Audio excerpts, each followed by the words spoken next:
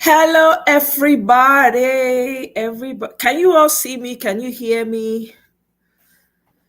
Oh man! Hey, Mikelo, my brother of life. How now? Welcome. Oh, greetings, greetings, greetings. Make una ignore my hair. Oh. Let me see. Oh, okay. How now? How you dey? Happy.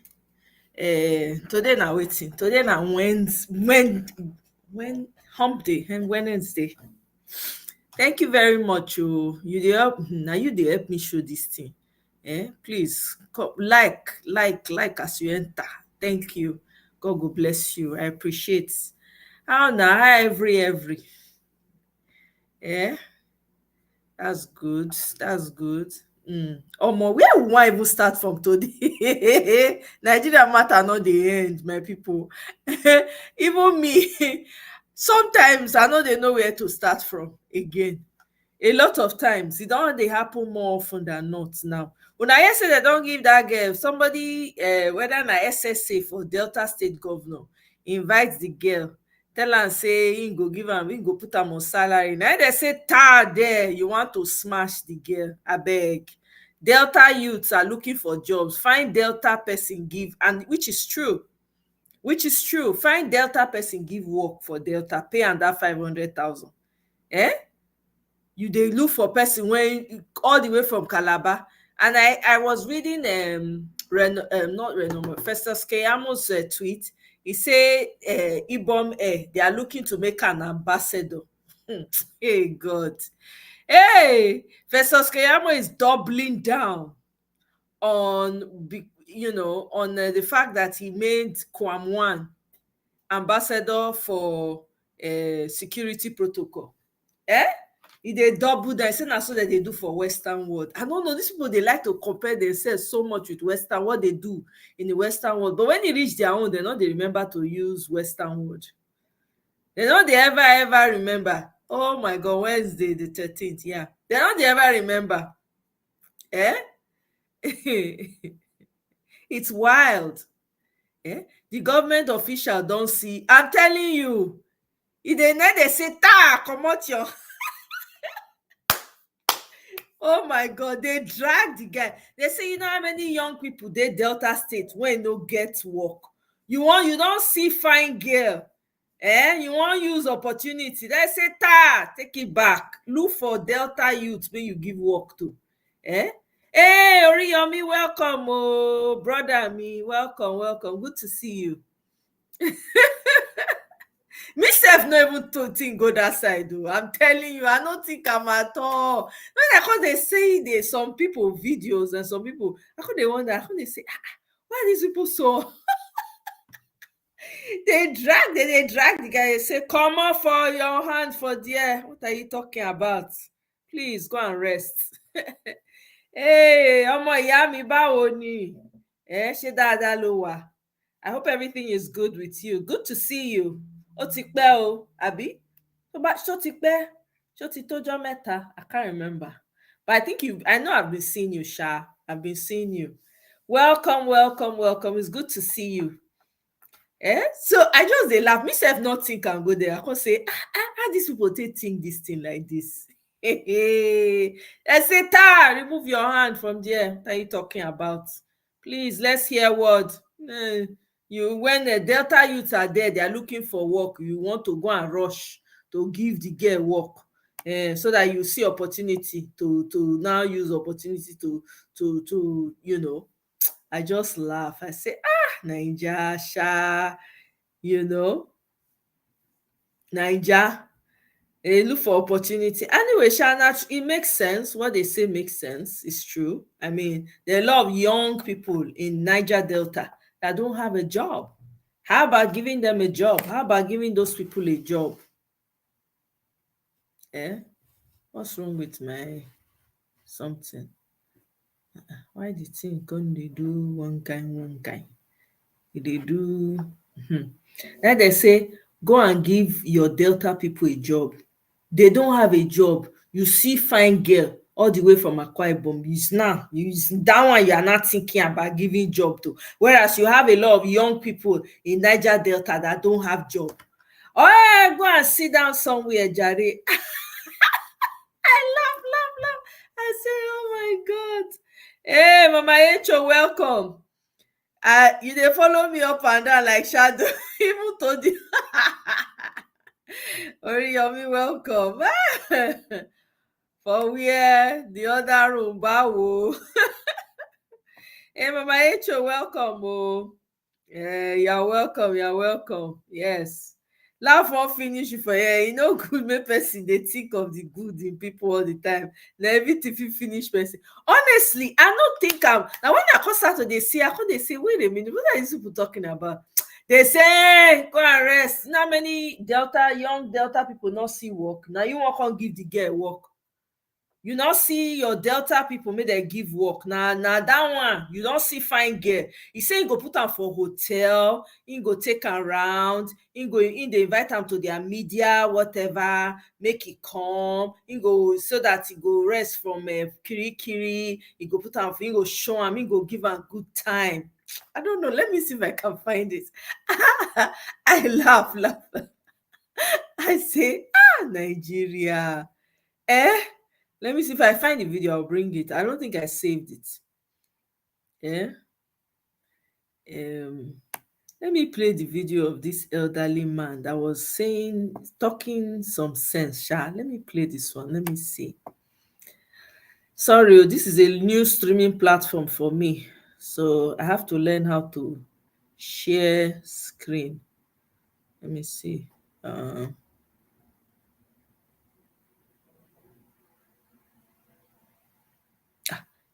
don't fit share this thing. What the heck? Now so they're stingy for here. Game o.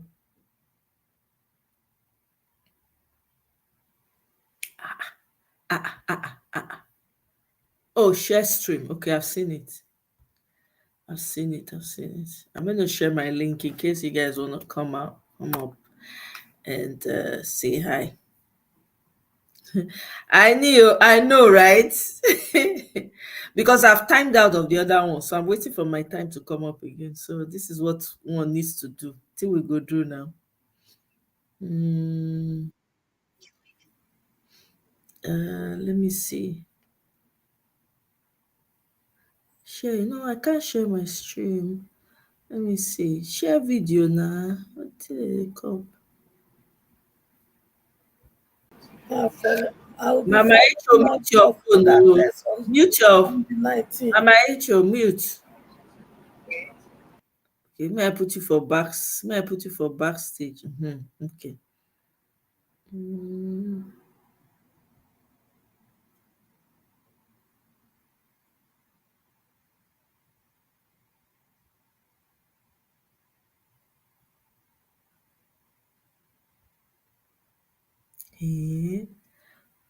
Go. Add screen video to stream. What the heck? Add camera. No. So okay. Oh, sorry. It's complicated. We can leave it like that. Complicated.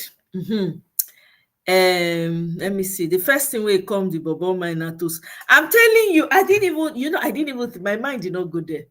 When I see him, I say, what are they talking about? They were going in on the guy, I say, oh God, this is serious. So I didn't know that things like this can happen, you know. So I was like, why are they going in on this guy like this? Guys, be like say I no go fit share video. Una go take a manager like that tonight. Hopefully, I'm not going to be here too long, actually. There was a video I wanted to play for you guys. Oh, this one I know if you share this video now. What kind of stream is this? Which kind of stream me I can't see like this now? I suppose fit if I can bring people up, guys.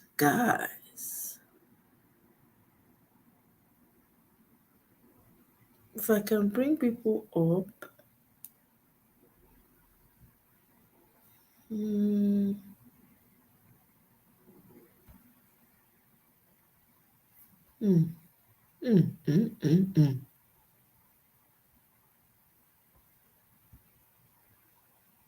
Oh, got it. Got it.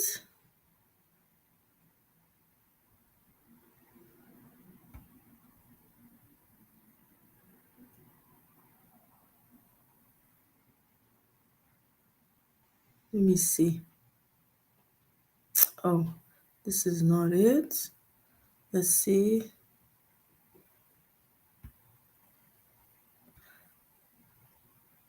Oh, got it. Okay. Wonderful. All right. Is it not scary that the World Council of Churches released papers about the state of the Nigerian church? That out of the 10 richest pastors in the world, 5 of them are Nigerians. But out of the 10 richest churches in the world, there's no Nigerian church there. It's worrisome. It calls for concern. World Council of Churches. Out of the 10 richest pastors in the world, 5 are Nigerians. And then out of the 10 richest churches in the world, no Nigerian church is in the number.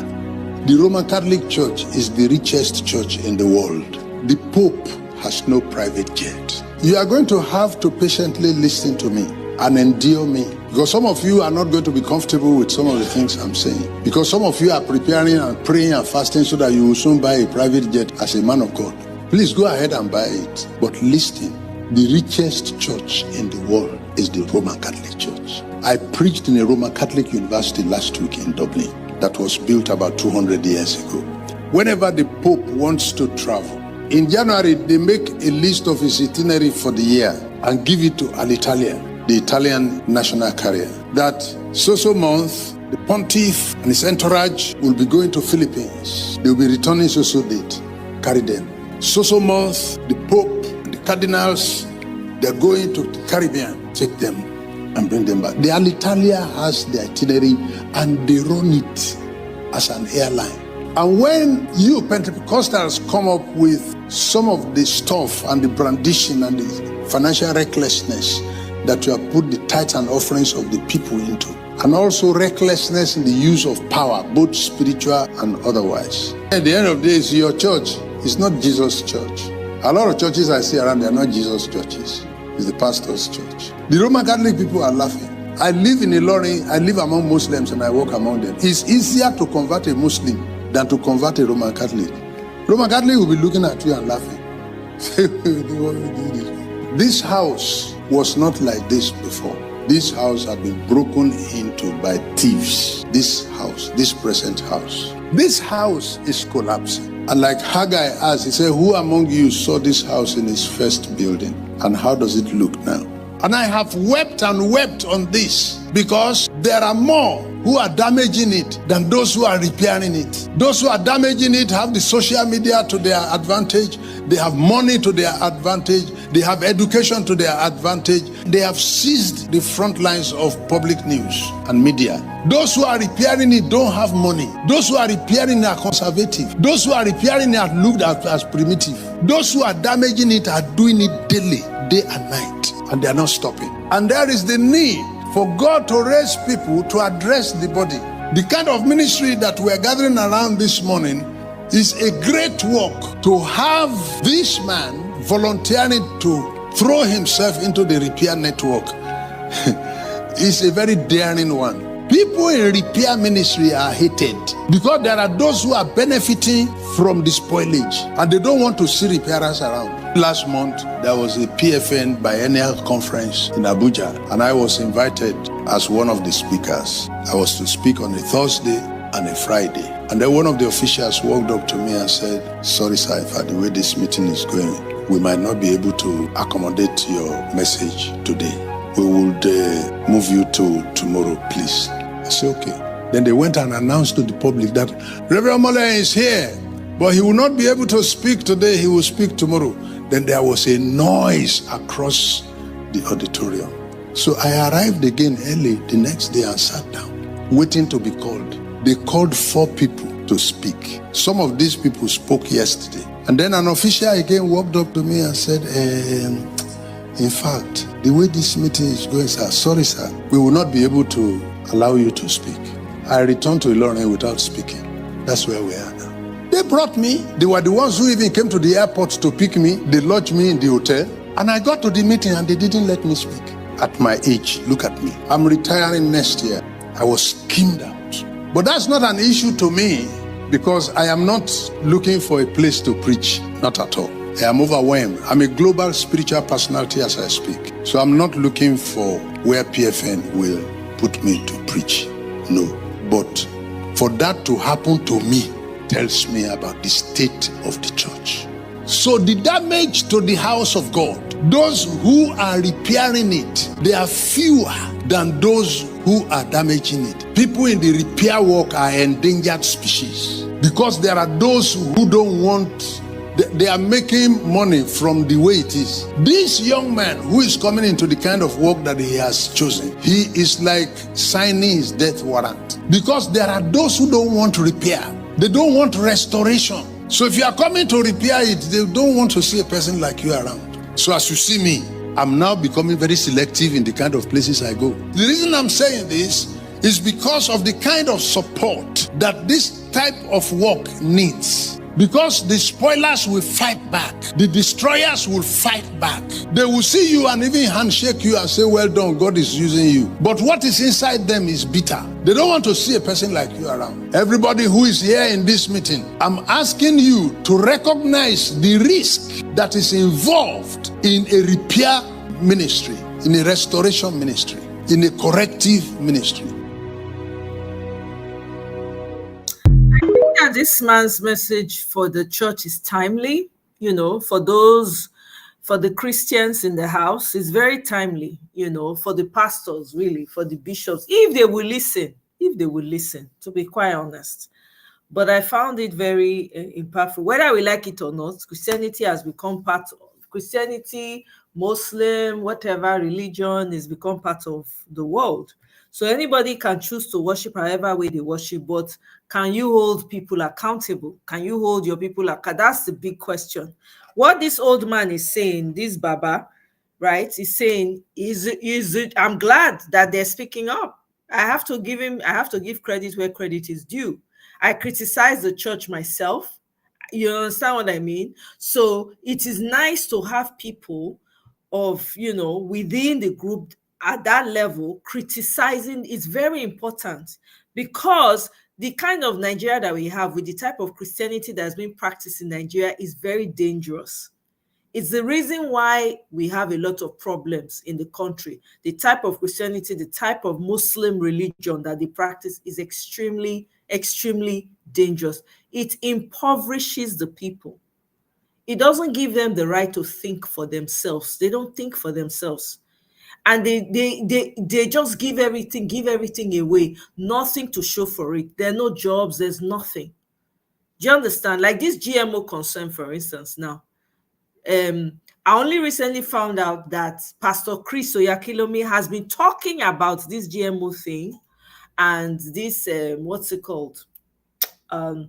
talking about the COVID vaccines, all this. He has been talking about it, right? So if within the group, you have people that are coming out and educating their people, somebody like P. Shegs, for instance, the guy I brought over, He learned it from, he actually was already doing the work before even Pastor Chris picked up on it, right? And I think he goes to Pastor Chris's church. I think so. I read it in one of his posts.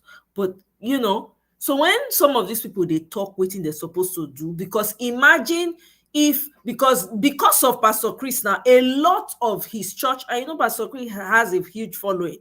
They know the dangers of GMO. They know the dangers of this COVID vaccines that were brought out and everything, right? So imagine if a lot of these other people, just like we have bad governance right now, you have a lot of these pastors that are talking about it and educating their people.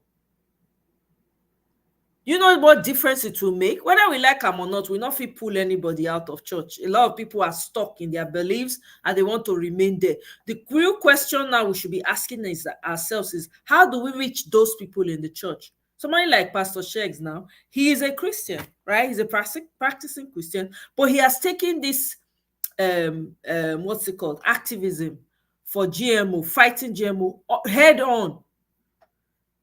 Right? He's resisting with everything that he's got. So everybody at that level, right, at the top, if they can educate their people and even bring them up to speed as to how politics should be, how people should get involved in politics, accountability, civic responsibility, do you think that things will not change? Do you understand? It will change. It will begin to change, because what it will do, it will start to shape. It will start to, give people a mind to analyze and think for themselves. They too, when they find themselves in positions, they will think, what this thing that I'm doing, is it good? Is it worth it? It's very important too. Peter Obi is a Catholic to the core, right? Peter Obi why is Peter Obi so active, so adamant? His hands are clean. We're all here now pushing for Peter Obi, but he's a Catholic. He's a staunch Catholic. You understand? So if you have people at the top that are speaking to their people, right, whether or not you practice the religion or not, right, if people are educating a lot of their followers, half of the problem when we the experience now, we know go the experience now, because people will be educated, they will know better, they will choose better. We have half of Redeem people. Redeem and APC now, there's no difference. APC is Redeem is APC. But look at the caliber of people that they are churning out. That tells a lot. That speaks very poorly on the Redeem Church as a whole. So now, how we want to reach the number of people for the church to educate them, that is the big question. You understand? So is it not scary that the World Council? I dey respect people religion, even though I dey criticize them. I go criticize them when I need to, right? Because we need to criticize these people. We no fit just allow them just dey run amok. It no make any sense at all. Meanwhile, I hear say Tambuwal dey AFCC o. They drag Tambuwal like I better pass my neighbor generator. Una hear? And then some of the people don't go visit them.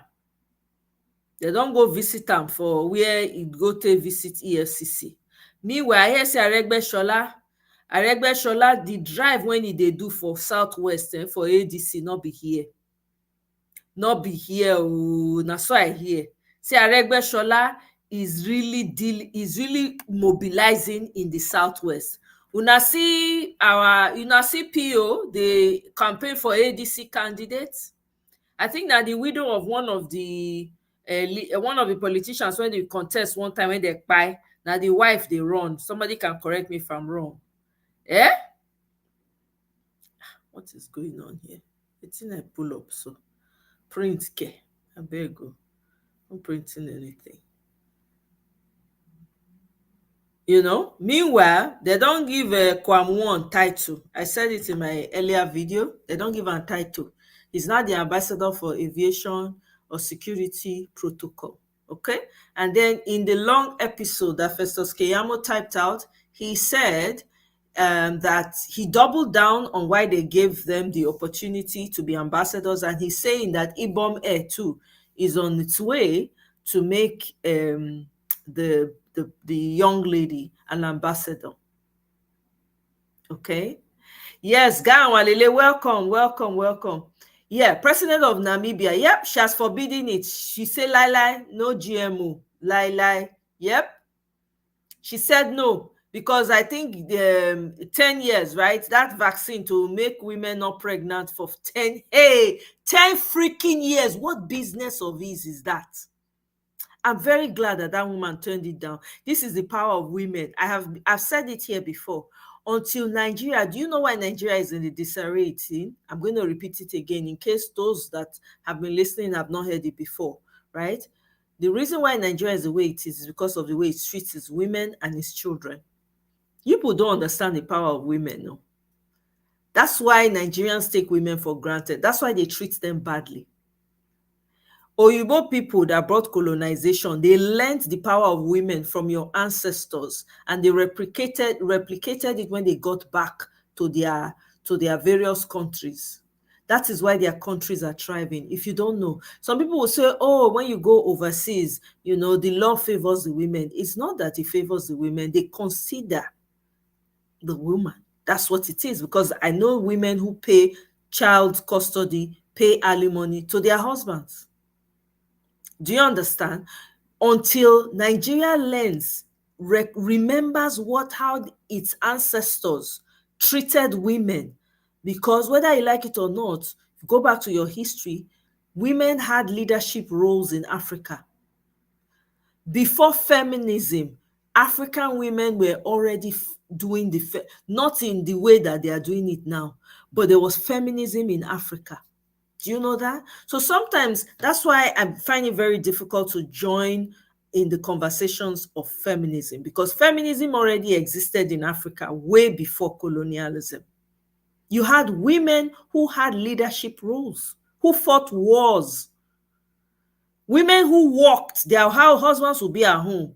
They will walk and they will go to the farm and bring produce back home, while the men sit around under the palm tree and drink palm wine.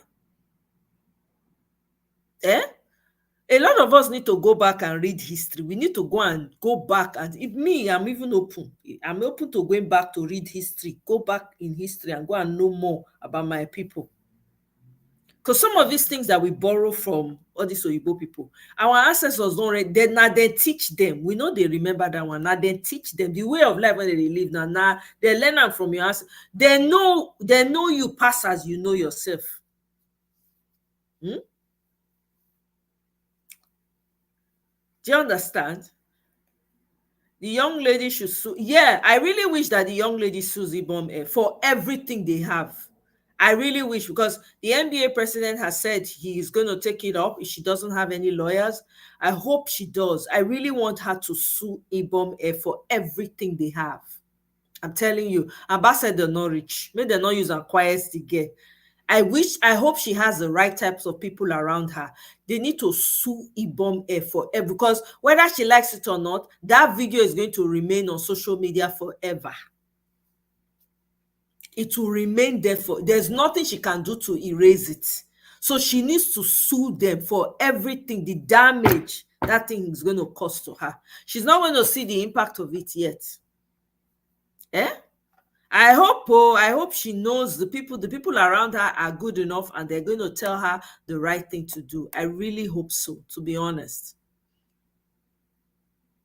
Yep, she's a leader, exactly, because she cares for her people. Nigeria is really funny. Yep, the video is Justina Azuka. Yes, exactly. God go bless you, Guy Wanlele.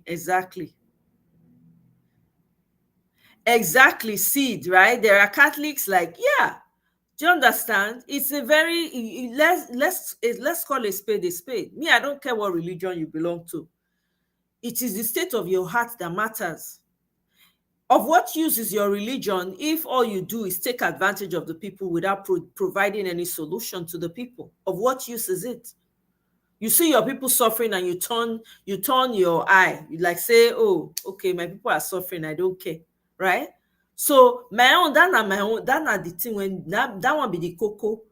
Because if we want to counter Peter Obi, when everybody they shout P.O. P.O. P.O. You see Peter Obi for mosque, they pray with the mosque. That is how to be. If you say you believe in God, you must believe and understand that God exists everywhere. So when you go to everybody's temple, you respect them. That is how it means to live in harmony with people. The fact that he's praying, he's lifting his hand, he's bowing down, does it mean he's a Muslim? No. Look at what he's doing. Everybody, including pagans, they shout Peter Obi. So what are we talking about? You being a Christian doesn't mean you shouldn't call out the people that are causing the problem. You understand? Doggy. Hey. Exactly, honestly. Yes, now sit down on that mango tree, they enjoy. Absolutely. I'm telling you, I love that woman, or that Namibia president. I really appreciate what she's doing. Yeah. Yes, they were working together. That does that mean that there were no issues? Yes. Oyibo people come lie to them, use lie, because our people don't get evil like that for their minds, and they are very welcoming. They believe in welcoming strangers. Now they open door, these people take advantage. When I talk say na diaspora na go save Nigeria, this na one of the reasons why. Because our people back home no understand they no understand say these people no send them. They no understand say these people no mean well for them. When we know better, now we go educate our people. Now we go bring them up to speed. Otherwise, wetin dey happen for leadership now for politics for Nigeria na because people dey sell them, they sell people out. Yeah.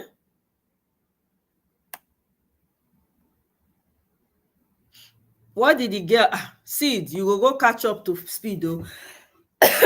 Omo, the girl was involved in altercation, or unto say make she off phone, turn off the phone or not turn off the phone. I ain't thought to problem. Now, no man subjugated women and vice versa. We had a great tradition of mutual respect, and the Europeans never in their history today. Exactly. They never treated their women. They used to buy them. They used to do this when they slot witches that time. They go name them witches. If they get intuition, you know, say women get intuition. If they get intuition, like now, the woman woman now start to they make beer. Now woman start to they make beer, right? When they come discover, men find out saying that women make beer, because anytime they come this person, the person will give them beer drink. When they drink and they come to say the thing they make them feel one kind, guess what? They can't ban women from, after they learn them from the woman, they can't ban the women from selling beer, from making the beer. They can't take them from them.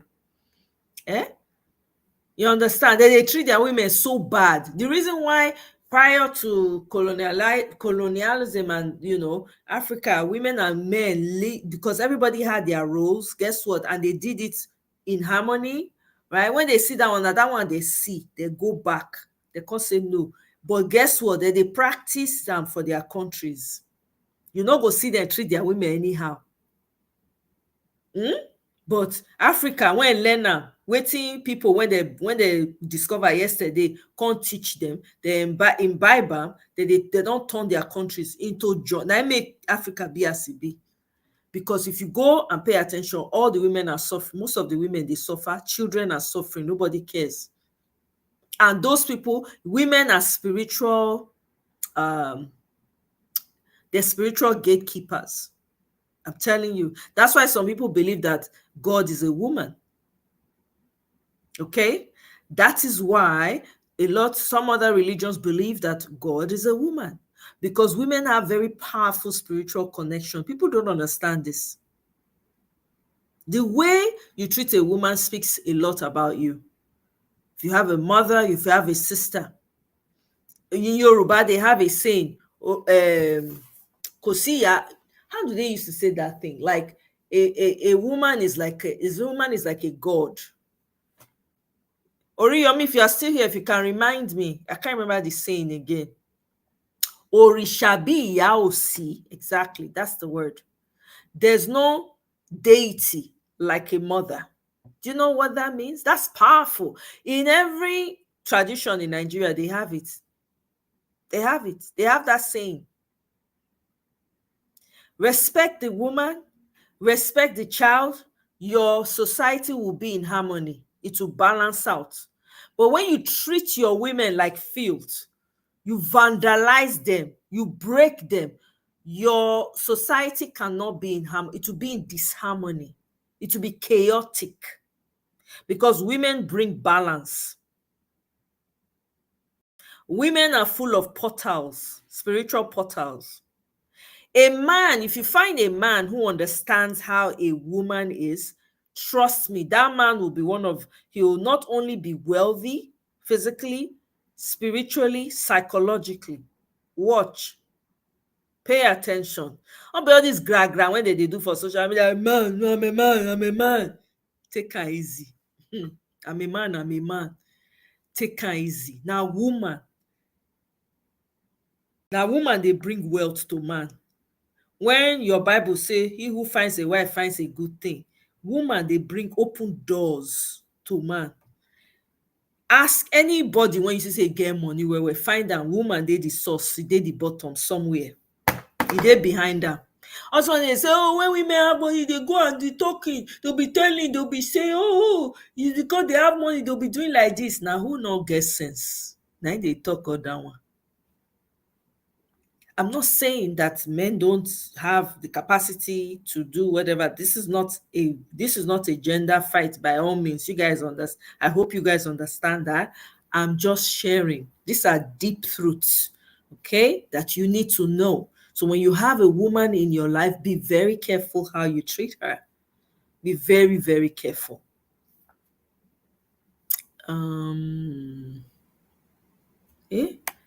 Comments don't repeat Muna novice. Comfort, Emanson must be well advised. Refuse the ambassador exactly, sue them. So Akwa Ibom will pay. Yeah. Who said it's fake news? Which one is fake news? The easiest way to be ambassador in Nigeria, first create ruckus in aviation and then you get it. Exactly. Southerners used to practice the perfect religious tolerance back exactly and slightly less. I come from a family where my maternal parents were Muslim. Bam, uncles Muslim. I grew up in Ibadan, right? Where I grew up in Ibadan, Christians married Muslim. In fact, traditionalists married Christian or Muslim in Ibadan. The house I grew up in, where we grew up, when they are going to the mosque, they will take us. Ile-Kewu. I used to wear that thing. They will take us to the mosque. Church, the grandmothers that were Christians, they will carry all of us to church. When they are doing their Muslim festivals, you'll see all of us gather, we go chop. Ileya, we go chop. When they do Christmas, all of us will gather. Easter, we go chop. Traditionalists too, when they pray for community, because they pray for community. Those traditionalists back in the day, they used to pray for the community. They used to pray for people. They'll pray for their neighbors, pray for their compound people. That's how they used to pray. They will pray for the children, pray for everybody. And, that's how they used to do it. Everybody lived in harmony. Everybody lived in harmony. I knew people who were married to traditionalists and married to Muslim and married. I'm telling you. Yeah.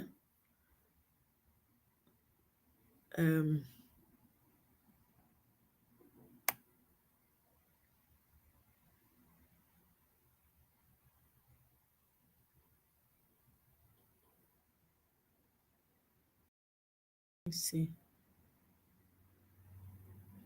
Yes, you. Sorry, I'm trying to catch up on the comments.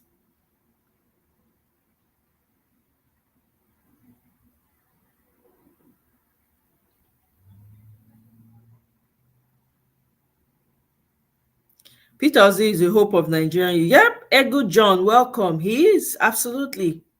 Now, since this prosperity gospel, now it wreck Nigerian Christianity. Now it wreck religion for Nigeria. Born again type prosperity, yes, that's it. Now it wreck am.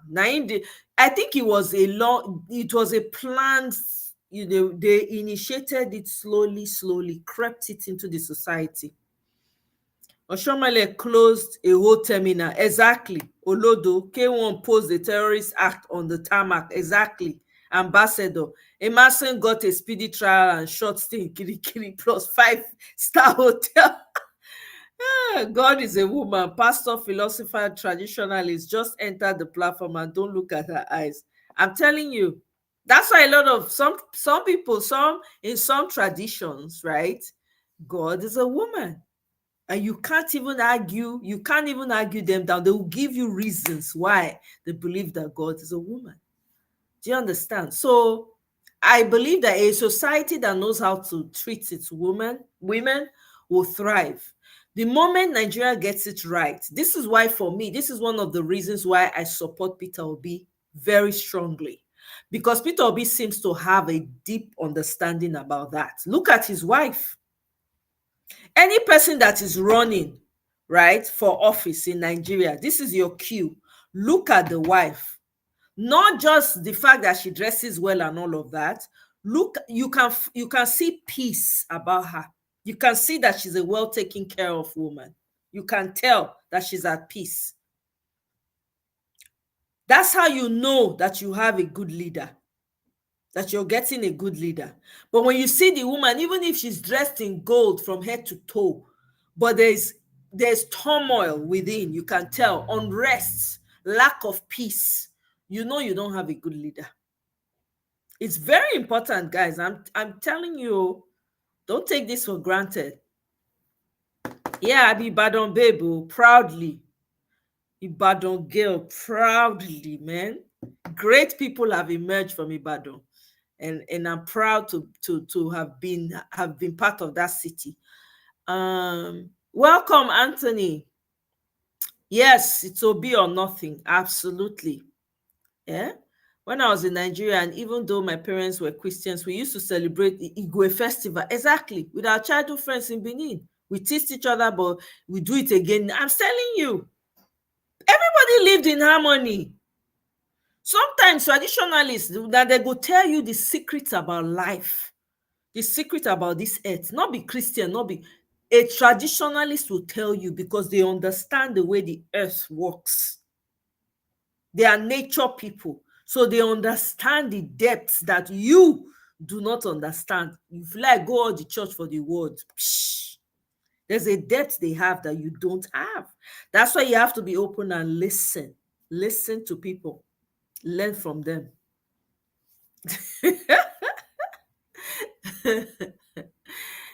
You know? So I don't know. It's quite let me see. I think I saved some videos for you guys. May not be say I just the talk. I don't want to do all the talking today. Let's listen to our PO. Omo, that ADC cap when PO done today, it make me happy. I say this one, they confuse everybody, and I'm loving it. Idea. This is a 2014 video, New Year message as the sitting governor of Anambra State. Omo, hey, see information they roll out. PO has been consistent since forever. I address you today with a deep sense of gratitude to God and a profound appreciation for your support in 2013. We thank God for seeing all of us through various challenges last year. All our achievements recorded within the ambience of peace and political stability were possible because you gave unflinching support to our adopted vision of achieving Millennium Development Goals, MDGs, by next year, 2015, being pursued through the Anambra Integrated Development Strategy, ANIT. This is our last New Year message as a government, as our tenure ends on the 17th of March 2014. We are determined to finish strong in the interest of progress of our state. May I therefore specifically thank all of you again for voting in the All Progressive Grand Alliance, APGA. I'm confident that the new party will continue to strive to satisfy the yearnings of our people, while hopeful that the next administration will continue from where we stopped. We plead that you extend your support to those who will succeed us.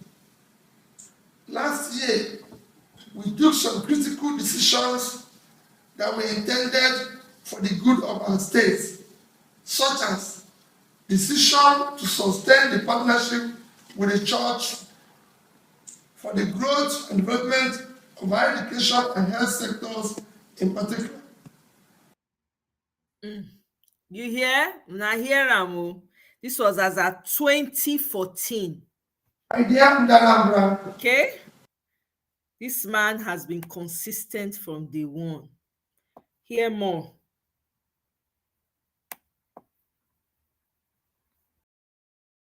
I am Major General John Enenche, retired.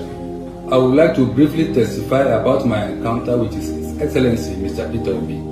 I was the first commander of the Internal Security Operations in Anambra State, when he assumed office as the executive governor in March 2006. The operation was a collective effort of the Nigerian military and police. His Excellency Mr. Peter Obi provided a political direction, strategic guidance, and general support for restoring security to the entire state within a record period of about 2 weeks for the flashpoints and about 3 months for the entire area of our operational responsibility. He exhibited total political will and unflinching commitments towards securing Anambra State. All the needed non-kinetic and kinetic measures were employed with his personal involvement to tackle insecurity in the state, and he was directly in charge. Thereafter, I proceeded to Liberia in October 2006 for United Nations missions in Liberia. Interestingly, on returning to location after our rotation back to Nigeria in April 2007, the conducive security situation still persisted in Anambra State. My dear Nigerians, from this precedence, it can be deduced that given the opportunity, a similar feat can be achieved by His Excellency Mr. Peter Obi, our dear country. I have worked with His Excellency Mr. Peter Obi in Onitsha about 17 years ago as a commanding officer. Before he came to Onitsha to take over from Dr. Ngige, Chris Ngige, during the time of Chris Ngige, there was no Operation Mesa in the whole of Anambra State, for reasons best known to them then. But when he came, he took over. He drove straight to the barrack and asked. And when we briefed him, he now went back and Operation Mesa was restored a week later or thereabout. As at that time, it was like a no man's land in Onitsha. 33 you cannot go. Ogbaru you cannot go. Then talk less of the other areas. When it was restored, I was the officer in charge of the internal security operations. I was co-located with artillery regiment, but as a commanding officer, Lieutenant Colonel, I was in charge of the operations. Believe me, within 2 weeks or thereabout, everything was tackled. Onitsha became free. You couldn't go out. The police was sacked. And that was why I believe that after about 6 months to 1 year, the police actually acknowledged that Anambra was a most peaceful state in the country as at that time. So that was where I knew him. And I saw the character of integrity. In short, for me, I was calling him Commissioner of Defense, because he was in command and in control. He had the interest. And I said, this man, he does not allow the resources that comes to the military or whatever to pass through anybody straight. Our challenge was patrol vehicles, no mobility. In a sweep, when he said, what is the problem? He provided it immediately. Following his record from research, never convicted of corruption, of stealing, integrity. Is it reaching to people? Is it international relations and all whatever, economic knowledge and all that? Competence, capability, and before long I saw him trotting almost all over the whole. You will see him short at a point. I say, is this man a spirit? Somebody asked me, say, is this man a spirit? You will see he's in Port Harcourt today. Before you know, they say he's somewhere. I'm all that. And I prayed and I made up my mind. This is somebody that we need at this time. Now here am oh, people are testifying. As I see the videos, I'm bringing them here. We must blow. How many of you listen to Isaac Fayoshe's video on Honest Bunch? I think we need to listen to that video. My goodness. Let me. I don't know how many of you listen to him, but almost that video was the bomb, was fire. It all started in 2003. The Anambra governorship election had just been concluded, and Peter Obi won. Eventually, we had the election, which I won decisively.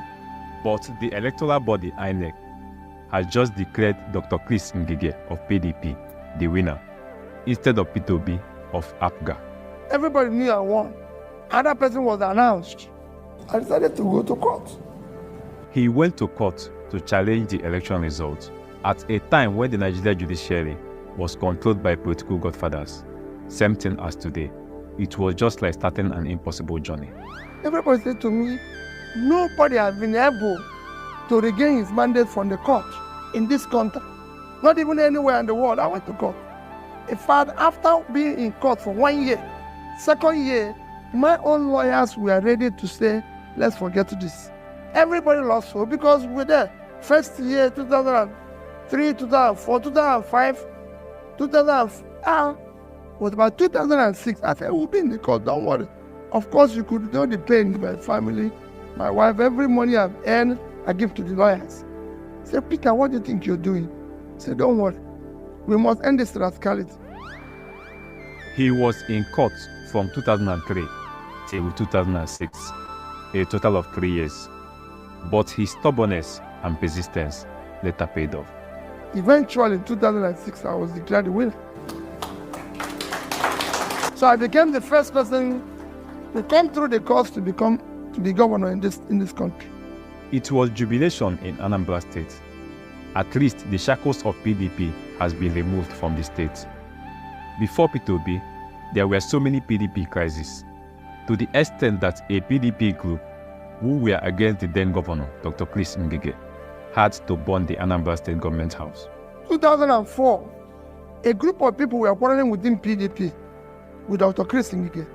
How we came into office, and they burned down the governor's house, the governor's office, everything belonging to the government was burned down, House of Assembly, everything. So when Peter Obi came in as governor, it was obvious he was going to sit on a very hot seat. It was either he succeeds to rebuild Anambra State or he succumbs to the power that it be, and he was not ready to succumb. So the House of Assembly, who were mostly PDP members, impeached him just after 7 months as governor. You heard it now, was impeached after 7 months. He was impeached for 3 reasons. 1, he cancelled the approved contract for the renovation of the destroyed Anambra State Governor's office. 2, he cancelled the contract for the renovation of the destroyed Anambra State Governor's Lodge. I was impeached for 3 items. When I came into office in 2006, the budget has already been passed by Dr. Chris Ngige to rebuild the government house, that is the office of the governor. The budget passed was 298 million. That was the cost to rebuild it. The house where the governor resides, which is the governor's lodge, the budget passed was 486 million. It's approved budget. Contract we awarded. When I came in, I fixed every single thing in the office of the governor was repaired and put in place. The only thing I didn't buy new was table. There was one table used by the governor before Chris Ngige, Dr. Mbadinuju. So they removed the table and put it somewhere. It was just table. So that was the only thing I didn't buy new. When I saw it, I told the man, I said, bring the table, just polish this table. I just need a table to sit down. Why are we buying a new table when this table is there? That's the only thing I didn't buy new. Everything was repaired for 43,200,000. I did everything in the lodge with 82 million. Because we were trying to buy bed buy this from that. Anything. It's okay, there must be somebody who can do bed. Yeah, bed is bed. There's no difference between 2 beds. It's just to sleep. Even if they buy gold bed, if you have reason to be awake, you'll be awake. So let's buy bed in Awka. And we bought bed in Awka. And they said I did not do it through due process. Because the contract had already been awarded to somebody who had agreed ABC. I said, wait a minute. 3. He was saving money. The same saving money that has been Peter Obi's trademark became a reason for impeachment, instead of a reason to tell him, thank you, my governor. The other one was that saving money. This money that is still giving me a problem today, saving money was the third item. From day one, I said we must save at least 5% of our revenue. When I came in, I saw that the office of the governor was consuming almost 30% of our budget. And I said, what is the education get? By the time we rearranged our budget to be able to achieve our vision that we've chosen then, the only thing that the office of the governor can get about 5%. So there was need to reduce all avenues. So I said, please, we are going to do this by direct labor. So he started doing the reconstruction of the Anambra State Governor's Office and Governor's Lodge by direct labor, which was cheaper and transparent. As a result of this new way of saving money, many politicians in Anambra State never liked him because he was blocking their ways of stealing public money. Especially those who were close to the presidency. They reported him to the president. I've been in a position where I come to Abuja very often, and I'm told to my face by the authorities, your people are not happy with you. And this is coming from the number one, number two people in the country. And I said to them, well, I never promised anybody happiness. Go and look at my promises. I promised to fix school. I promised to do rural roads. I promised to do health, and I'm doing that. If anybody wants happiness, you go to the commitment and everybody. I'm not part of that. Never promised happiness. And that's it. Based on this stubbornness, they designed a way to impeach him. But before the impeachment, he was served an impeachment notice. And as required by law, a panel was set up to look into the impeachment before the impeachment will be announced. The duty of the panel was to either approve the impeachment or declare him innocent. But the powers that be in Anambra State wanted him out at all costs, and they were the ones controlling the panel. The rest was history. So the panel set up to look into my impeachment every day. You know, the law says you must appear before the panel. So I was in my office every day waiting for the panel to call me. Every day I would send a word to them. I said, is it today? Said no. After about going to 3 weeks, I decided to put it in writing to them. What the impeachment notice is. I answered them all these things that I just answered you now. And send it to them. Immediately the chairman and his people read it. They say, if this is true, we are not part of what people are trying to do with this man. And they said the panel had adjourned for 2 weeks. So I said, okay, when they come back, I left that day, went to my lodge, and I was sitting down. In the morning, I saw in Sunday TV, Peter will be impeached due to the panel's report. Never appeared before the panel, never had anything to do with them. They said I'm impeached. I thought it was a joke. The police commissioner came to me and said, I'm removed from office. Okay? I went back to my village. The place I was coming from, I went there. No policeman. 2 weeks after, I was asked to leave the country. That is where me and Ribadu are like this today. He will tell you the story. I said, Ribadu, I can't leave. I was impeached the same month with Fayose and Daria. Same month. 2 of them left the country. I didn't leave. I said, I can't leave the country. I'm in Nigeria. Where am I going to go to? I'm in my village. That's how I went to visit. I told EFCC chairman then. I said, let me come and see you. You want to see me? You know, but I can't leave. I'm challenging the rascality in court. He went to court again to challenge the impeachment. But the court process was not straightforward because the powers that be were interfering with the court proceedings. Peter Obi then wrote to the Chief Justice of the Federation. That was the turning point to his struggle. I went to court. from the time I was impeached in October till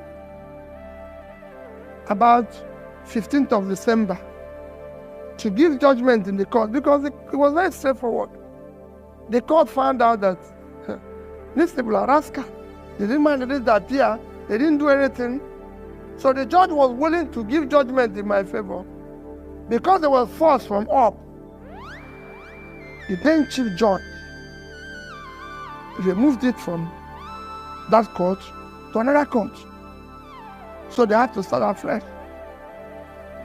On advice of my lawyer, I wrote a petition to the Chief Justice of the Federation, Justice Begore.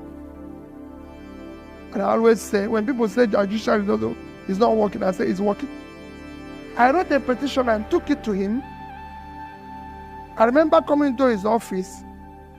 I told him this story I'm telling you people now. He said to me, if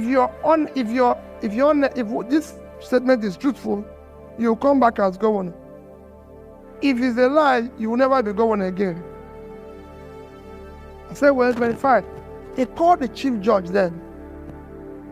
And our chief judge told him exactly what I said. He told him, you will hear from me.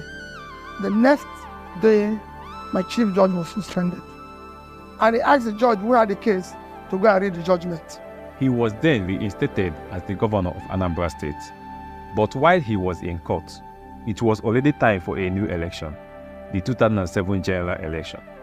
INEC conducted the election and Mr. Andoba was declared the winner. On 29 May 2007, Mr. Andoba was sworn in as the governor of Anambra State, but nobody expected what was to happen next. Peter Obi went to court again. This time, he was challenging that his tenure should be a complete 4 years, and the court gave judgment in his favor, stating that INEC should not have conducted a governorship election in Anambra State, that Peter Obi's 4 years tenure was not over yet. So Peter Obi went on to become the governor again till March 2010. In same 2010, he won his second tenure election and he was governor till March 2014, a total of 8 years. Those 8 years were good years for Anambra State. Thank you. That was incredible, oh. Omo, as I dey see am, na so I dey bring am. Yeah, we are going to be talking about now how I want to win election. Now that one is important to me pass. Okay? So I need to showcase my candidate very, very well so that people who don't know him will know him. For those of you that are already show my boyfriend too, my senior boyfriend, so that we can compare the two. Make I listen to my barrister Darlington. I told you that monkey clever monkey. Adding to barrister Darlington, I have a new favorite now. Isaac Fayose is my second favorite. Nobody should come between me, barrister Darlington, Isaac Fayose. The list is growing. Okay. I have dropped Kenneth Okonkwo. He's last on the list now because I not like him moves these days. I'm not very happy with him. So let's listen to my. I always told you that monkey clever. It is only when the trees are together. Exactly. I don't know how Tinubu will survive this coalition. Me too. I don't see how, because he is the only person in APC. If you check, the only voice in APC and in a party situation, you don't claim to be the alpha and omega. Unfortunately, that's the character of Tinubu that will do him in. When you have chosen to be the only voice that crow in your village, when trouble comes, the villager will say, okay, you take over the matter now. They will abandon you. That's the truth. Tinubu made sure that no other person can challenge you and talk to him in APC. He's now God. These are part of the reasons why people are leaving APC now. They didn't have an opportunity or a platform, but now ADC have provided that platform. And so many more are going to leave APC, whether Tinubu like it or not. They will leave him. That's the truth.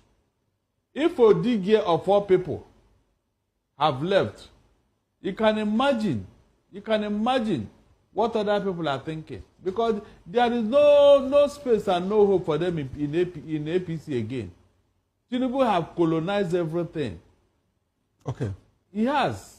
So Barrister, essentially, these people, are they living because of the problem of Nigeria, or because they have been sidelined, or that Tinubu has colonized everything in the APC? Are they being altruistic, in their engagement with the Nigerian people and with the current government? Now, if you check, the CPC members of APC, they contributed a lot with the influence of Buhari in the making of APC. Oh, in the making of Buhari government, not yes. in the making of APC? In the making of, before APC came to light. Okay. They worked, and they came to the table with the Buhari's court followership. Okay. And the numbers that came with it. But when Tinubu now came into power, he decided to do whatever he liked, disregarding. Yes. When Barrister Darlington, anywhere he talk, I dey bring am come. Una know, is my favorite. The only part when me and Mr. Darlington they disagree with vehemently, right? Now where they talk about Atiku. That thing they annoy me. Meanwhile, this woman, she died of depression because her husband and 3 daughters were rotting away in Abia police detention for months. Hi! Nigeria don't take lives, so Nigeria don't take lives. Let me see. Okay, let me listen to Rufai is on TikTok. Oh, what happened? Okay.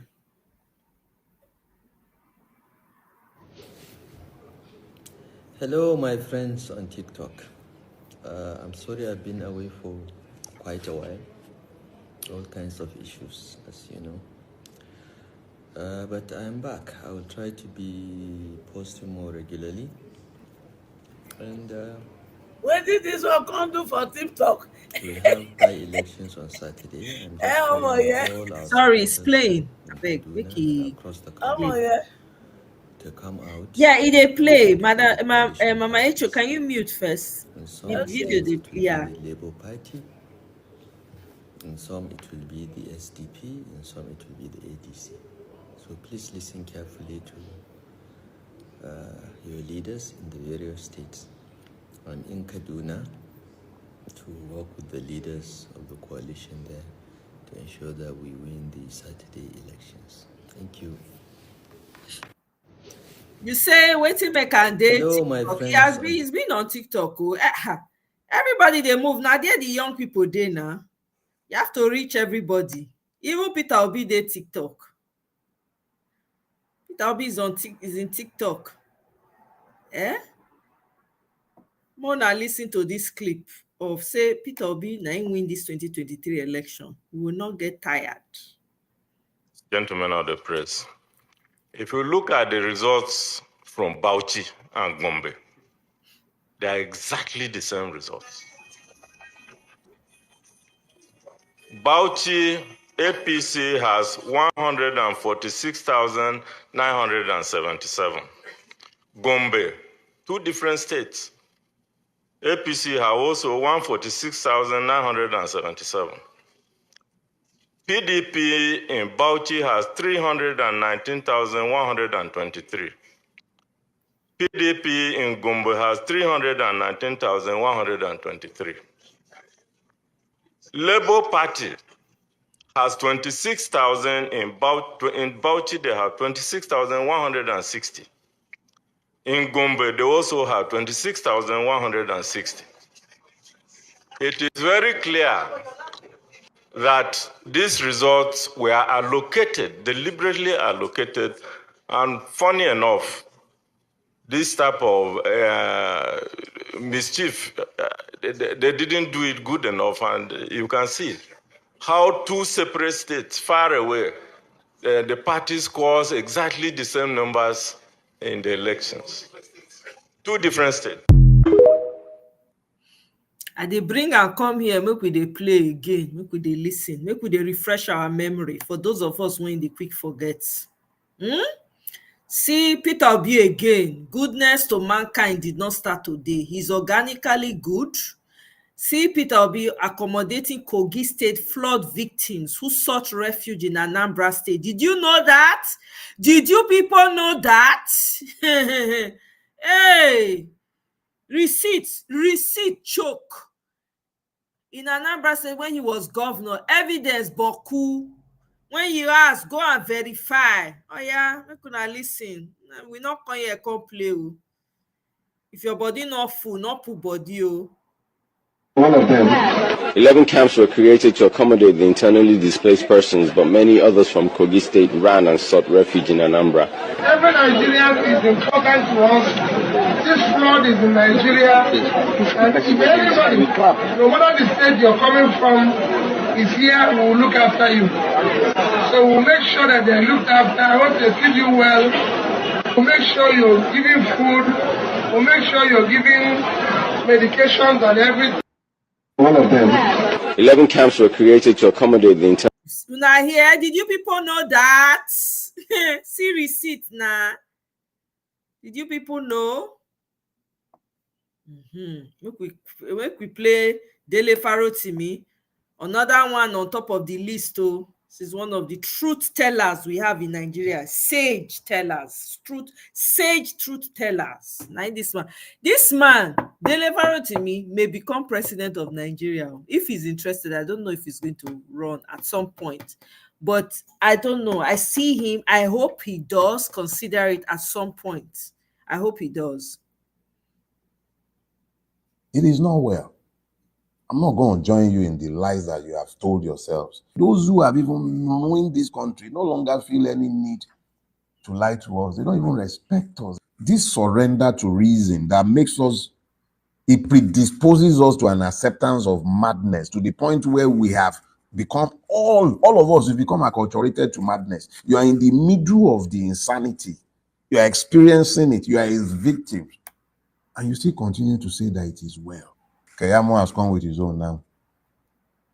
So the same airport that they have been renovating, the number of times that Lagos airport has been renovated is an insult to any conscious Nigerian who is still capable of thinking. And then you say it is well. Whatever amount you are earning today, the reality is that our currency has been devalued almost to the point of uselessness. You are banged in the middle of all of that, and you keep saying it is well. But it can be well. But the first step towards any treatment is diagnosis. If you have not come to the point where you are admitting to yourself that it is not well, because it isn't, how are you ever going to get to the point where you are going to fix the problems that are obvious? That's another truth teller right there. Let's be noting our truth tellers. It is not well. I'm not going. Let's be making note of them. In fact, there's an interview he gave, man. Okay, let's listen to this guy, Emmanuel Onwubiko. I hope I said that right. Forgive me if I mispronounced the name. Tinubu is very desperate. Tinubu wants second term by all means. He had just spent 2 years in office. He has 2 more years to go, and already campaigns have started. Even when such practices are not allowed under the law, you have his posters all over the place in the country. He's already campaigning 2027. So the president is very desperate. So the article doesn't have to be as desperate as the president if they really want to change the status quo. But if Atiku insists on running, particularly if Atiku makes good the speculation that he is the power behind a coalition, then I think they are making it much easier for Tinubu to get a second term. So it is important that Atiku shouldn't run, in as much as he has the right to run. But if they have a program to unseat this incompetent president that is in power, I'm talking of the current president. If they want to unseat him, the only way to unseat him is for them to unify and bring out one candidate that is strong enough to win the election. Say no more. Now Peter Obi, now be the person. Say no more. He's the only one. Oh, you guys listen to these ladies. Mona, listen to these ladies. I actually saved this video for a reason. Where is that video again? Mona, listen to these young ladies.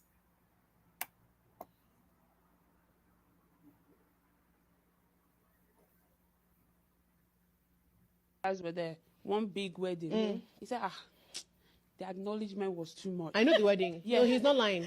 He was like, the couple could sometimes not even enjoy. Just... As in, they wanted to dance in. Yeah. They said that, someone is coming in that they have to wait. Yeah. Mata was just like, they just the whole thing. Yeah. When we went to our friend's wedding, I think was it Peter Obi was there now? Yeah. No, but that's different. I'm so sorry. No, Peter Obi I understand, but no. In the sense that he was at this wedding.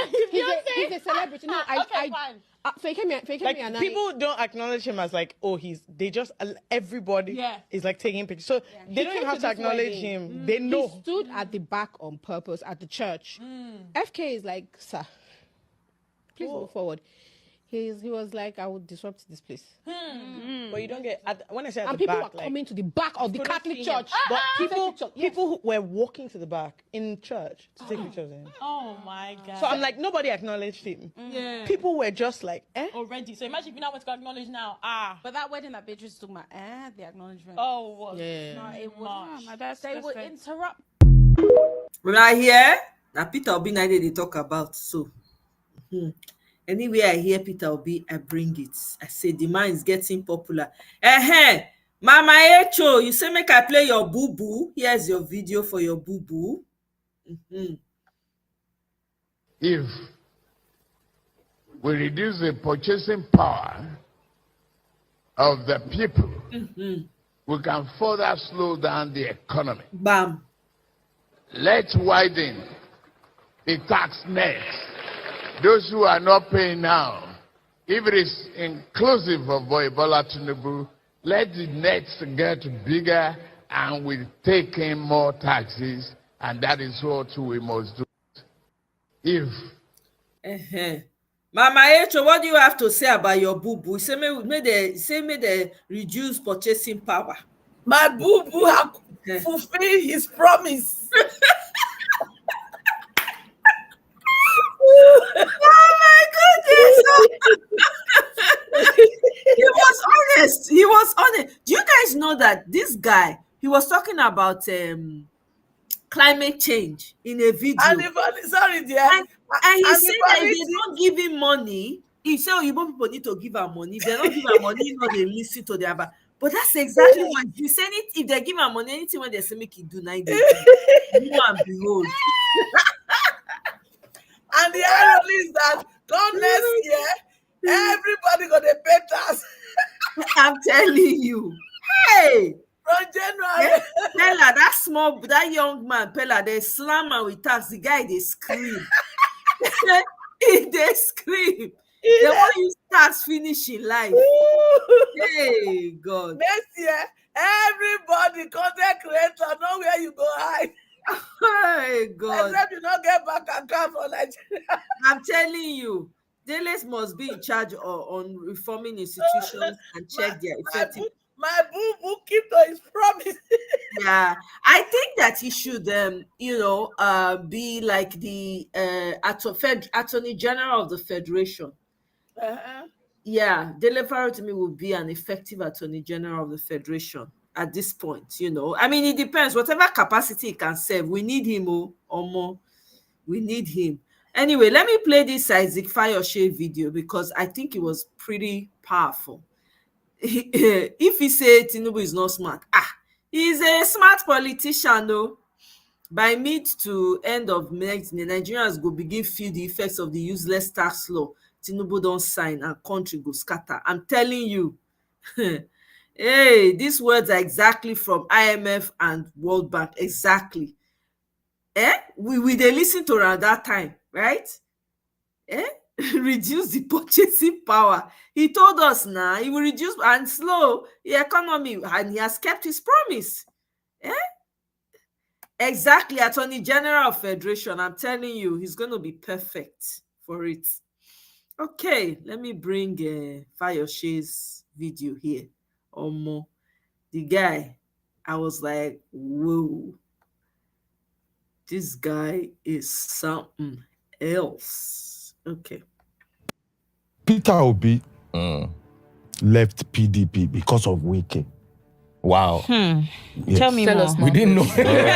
But in Nigeria, it is difficult to start early because of no money, no job, the system. You have to wait till like 30 something before you can say, okay, let me marry someone. But in England, it's easy because, you know, from uni, you can marry. You know, you don't need to, the things we pray about in Nigeria for good health, good hospital, good road, NEPA, they don't pray about that in their own country. So it's easy to plan. People are too greedy. I opened a Amala restaurant last year. I said, let me create job, 105 million in Abuja. So let me at least take 50 people out of poverty. My brother, they chopped the Amala restaurant finish in 5 months. First, they stole 2 generators. Start my POS no go work now, transfer to their account. You can't get loan now if you don't have collateral, if you don't have a good house with C of O. So how do you expect someone with a brain in Agege? They buy with their potentials. I mean, you have former local government chairman, Wike, former government, former minister, former governor, all together 20-something years. So that means you haven't worked like me. Me, I can talk, I'm a billionaire boldly, because you can trace my wealth. What is how do we trace this Rolls Royce? How much is your salary? Over 8,000 men have permanently broken free from the P word by watching one single video training that you can actually watch by clicking the link below. But I want to give you... Is Lagos working for you? If you travel, go, come back, you will know, say, Lagos not dustbin. I'm telling you, we enjoy it here because it's lawless. That's why.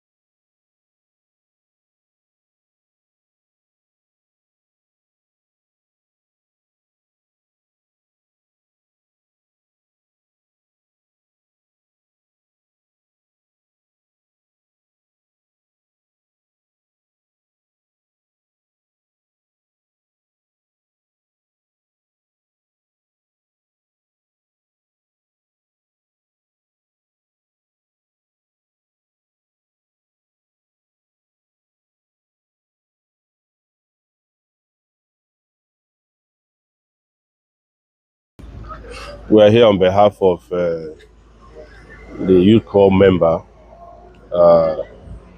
Rita Ogwamai Ushi, who is popularly known as Rai, who completed her service but was denied of her discharge certificate by the NYC. Our goal here was actually to come and collect on her behalf the discharge certificate.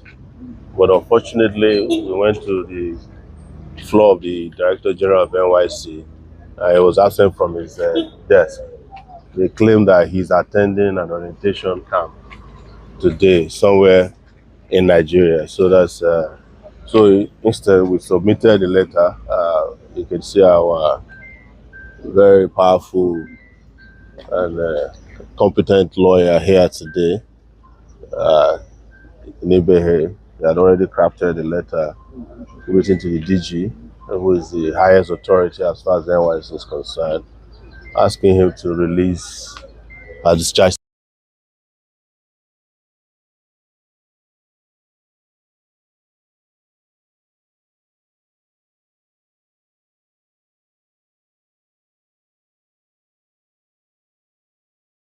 Sorry, you guys can't hear it. Oh, you mean say no audio? Let me know if you can hear. Oh.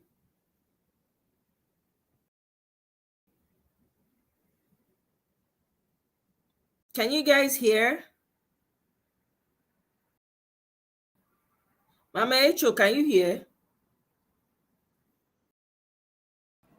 It paused, it's not speaking. Yeah, I paused it. Okay, it's okay now. Okay. So I was saying, I think I was on mute when I was saying that when I removed the Fayose video, I was saying that Honest Bunch always comes after people who shares their videos. So I don't want to do that. So that's why I removed it. So I said you guys should go and listen to it on your own time, right? Yeah, because that's why I switched the videos just in case, because I just realized I was on mute. Okay, all right, let's continue. Certificate, having completed it. As you all are aware, the NYSC has come out and stated her crime, supposedly, which was that she did not do biometric. They did not accuse her of anything else. But we know that this is not what she did wrong. Because generally, even when it comes to clearance, NYSC is very lax. I think they tell people in camp that when you miss 3 clearances that you are in trouble, not when you miss 1. So this is clearly retaliation for her speaking against the hardship under the Tinubu regime. A core member is not an employee of the president or the DG. A core member is not even an employee of the DG of the NYSC. And I have also stated clearly that a core member is neither a civil servant nor a public servant. If you look at the NYSC Act, what has been done in the case of Rita Ogwamaye, popularly known as Raye, is again another demonstration of the abuse of state institutions in our country. Went to our local government, Etiosa, presented herself for clearance before the LGI, the local government inspector, one Mrs. Veronica Abela.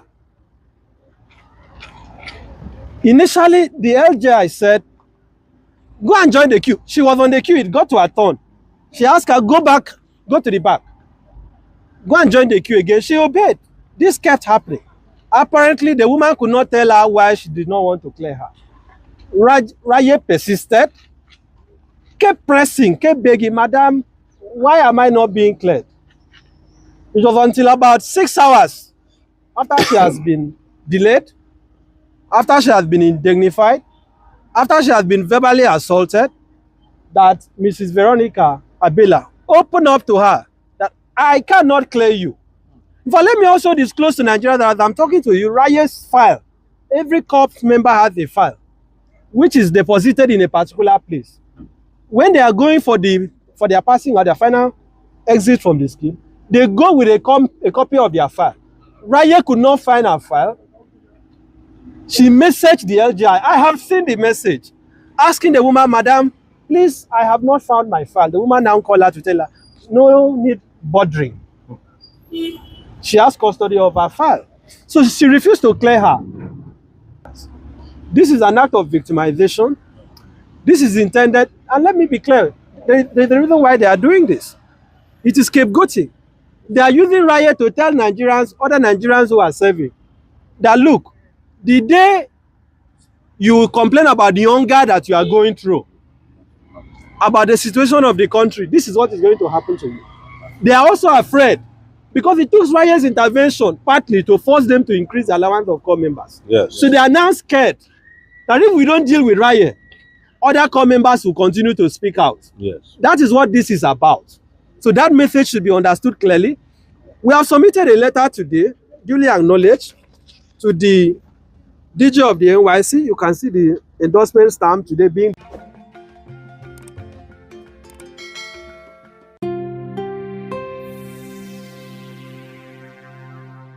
So yeah, so that's the situation on Raye's case. They haven't released her certificate. I'm hoping that they do, because it does not make any sense to me. I don't know why they are holding on to the girl's certificate. It doesn't make any sense.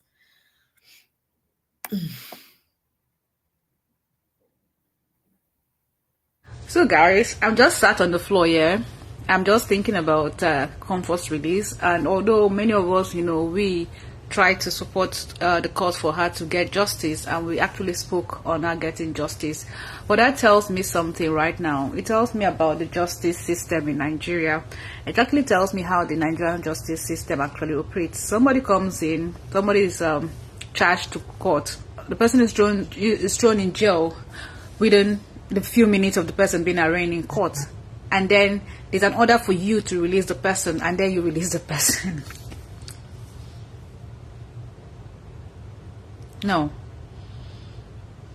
No, judge, because that is why we say Nigerian, our institutions are not independent, right? They're not independent because in the first place, you shouldn't even be in jail in the first place.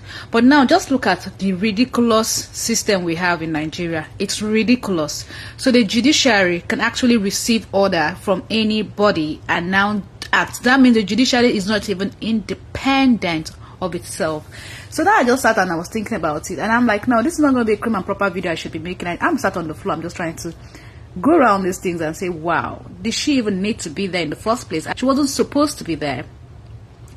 That is why you can actually release her, because if you had strong reasons as to why you should keep her in there, and if the judiciary was actually working, guys, she shouldn't even be there. She shouldn't be there in the first place. This is the first casual video I'm making in my life. I always try to make my videos. Yep, exactly. Oriyomi. Yep. Can you imagine?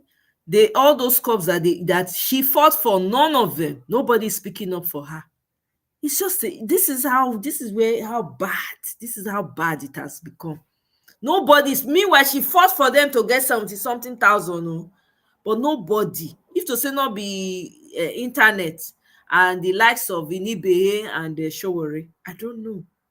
It's sad. The same thing with the girl with this Comfort lady in the aircraft. Everybody went did that aircraft with her. No, all of them not supposed to come out. They're supposed to make sure say she come out for that place safely. Everybody leave her for there, abandon and waka come out. It's crazy. It's crazy. This is what it has gotten to. I beg, Nigeria. Never see you. Let's listen to this video.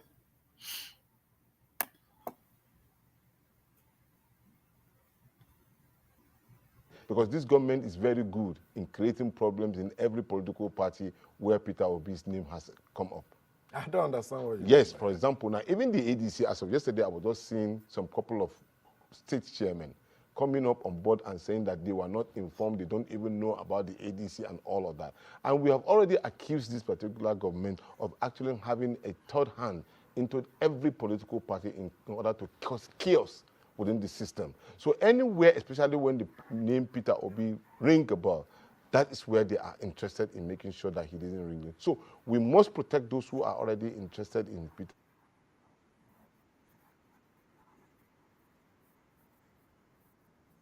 Oh, sorry, guys. I can't come out the thing by mistake.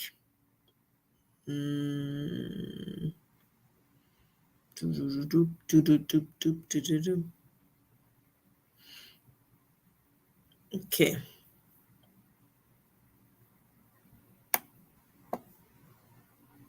Peter Obi have a ticket. Is that the strategy? Yes.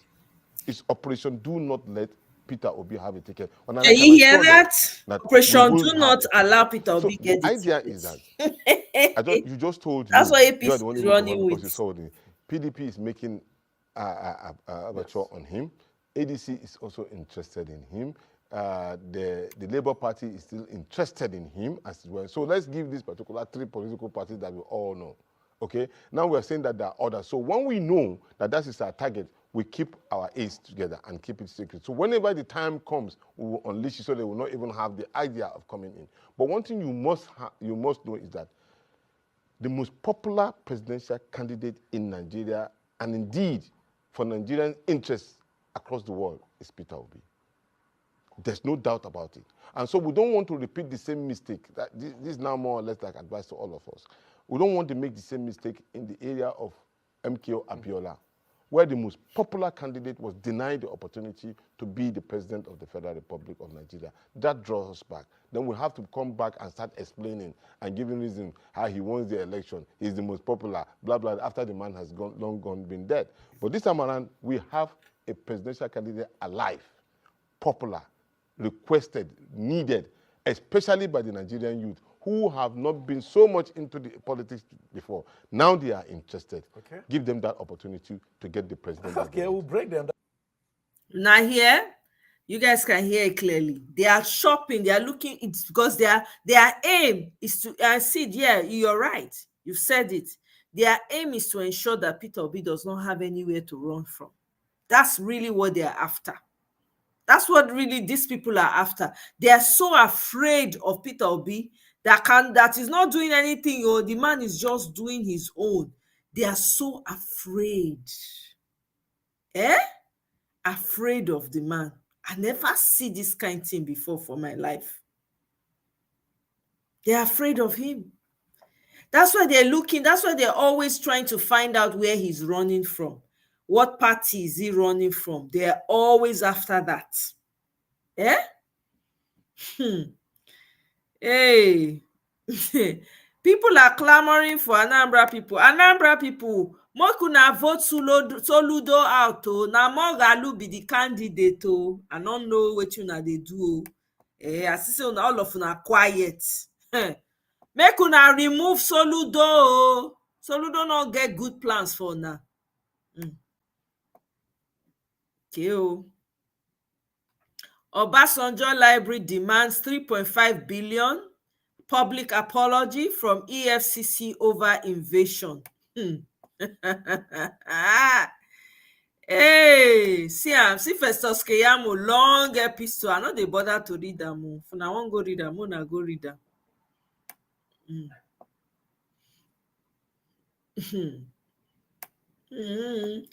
Reno of mockery, obedience have made him useless on social media. They don't render him useless for social media. By the way, I'm going to talk about this. The people of Ekpomaka, Ikwo in Ebonyi State, they are crying for help. We can listen to the video.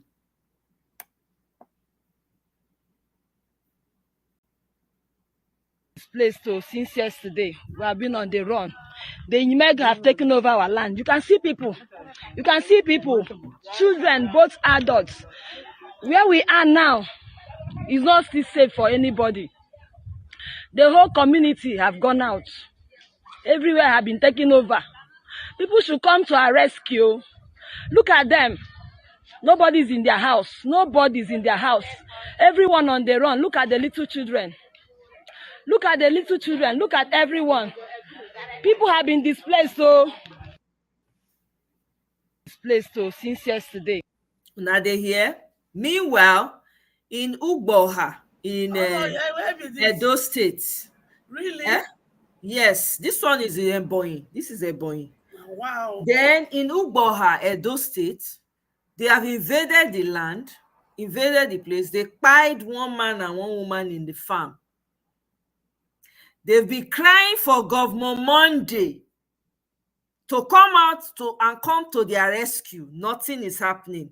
It's falling on deaf ears. For the past how many days, people from Esako, they've been complaining, lamenting about the pain that is going on in their communities.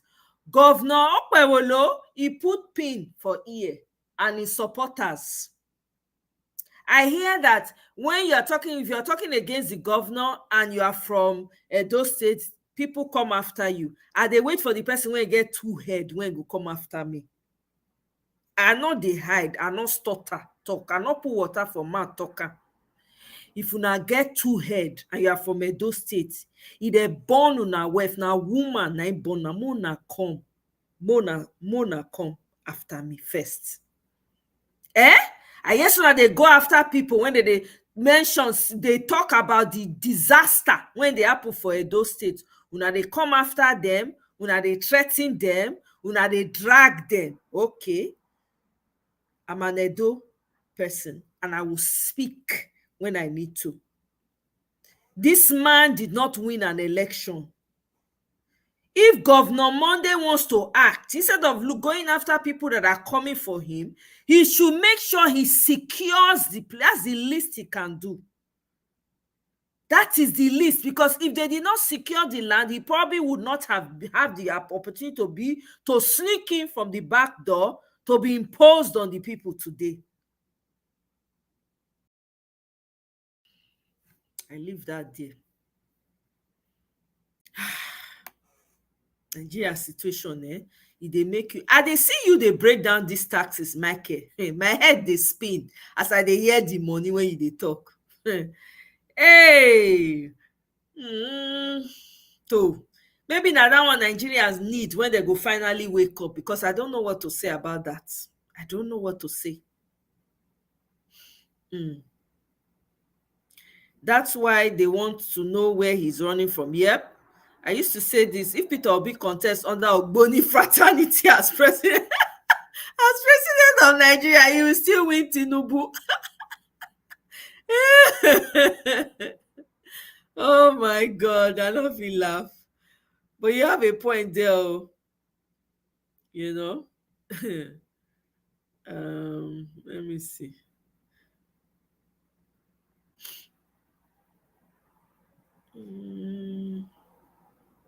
Nigeria don't wise up. We don't care about party. Wherever he ports, we port. I'm telling you, that's looting of the highest level. No shame. He didn't increase significantly the power capacity produced and distributed for people when not get job. Where they want to see the money.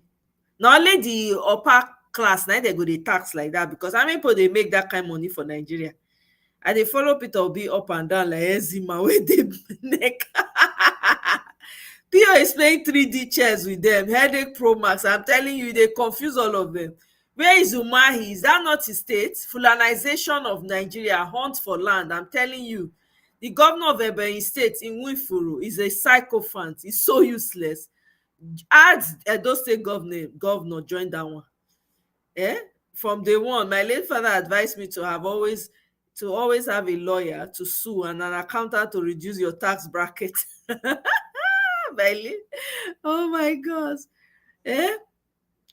His new CKP. The new sheriff in town is nowhere to be found. That's it now. They never go tell her now. Only praise singers. All that boy when they praise, when they blow whistle, when they praise her like king. They never tell her what they happen for Ugboha, for Esako. Headsmen don't they surround, they pipe people. Wait till we know they hear for our land before.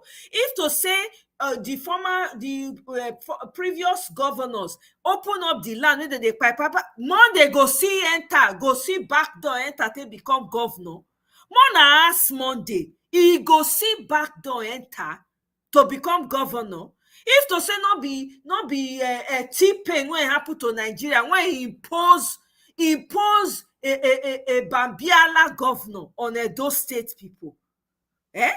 We go they face all this kind of nonsense when they face. Where is Monday? When they buy people for Uromi 16, they tag Uromi. Monday was quick to run to Kano to go and kneel down and beg them and give them money. His own people now are crying. I don't see any northerner crying out. I don't see them coming out to apologize. I don't see them coming out to come and I will not see any tweets. Ugboha 2. Esako, I don't know how many because we've lost count with Esako. Whoever know Monday, Mona go tell Monday. We not make a governor. We did not.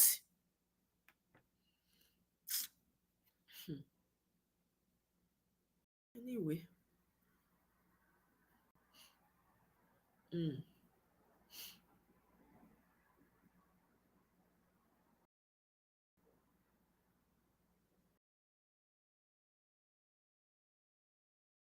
Hey, Uncle Beno, welcome. Greetings. PDP asked to Wike to abide by the rule of the party. What criminal? That criminal is it by abide? Is Wike? Wike will never. By the way, Wike has been very quiet. What's going on? What's going on? The young man called Pella on TikTok. They slam and with tax now. used to avoid political matters. Now tax don't touch the clown. He's now lamenting. Yes, that's what is good for them. When everybody they shout about this thing, they're not they talk put. They're not they talk put. They're not they talk put. Now it don't touch them. Everybody they scream. No, they are just starting. The screaming just starts. Eh? Okpewolo, they need to make him one-term governor. They need to make him one-term governor. He cannot go past 2024.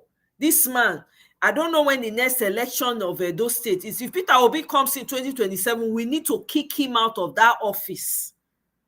It needs to happen. That man has brought mayhem into Edo State. He felt talk and say go bring insecurity to Edo State. That's what he said.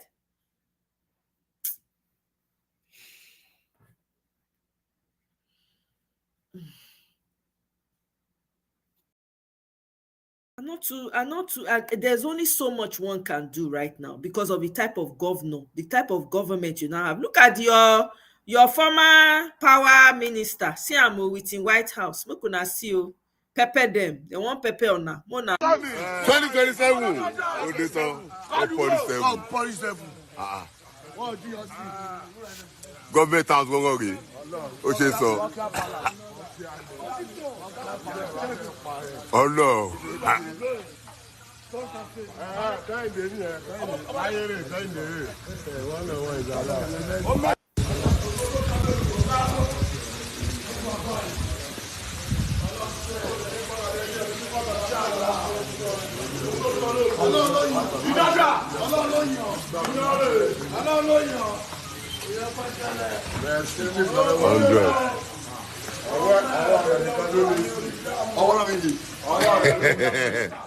Oh no. Government house today.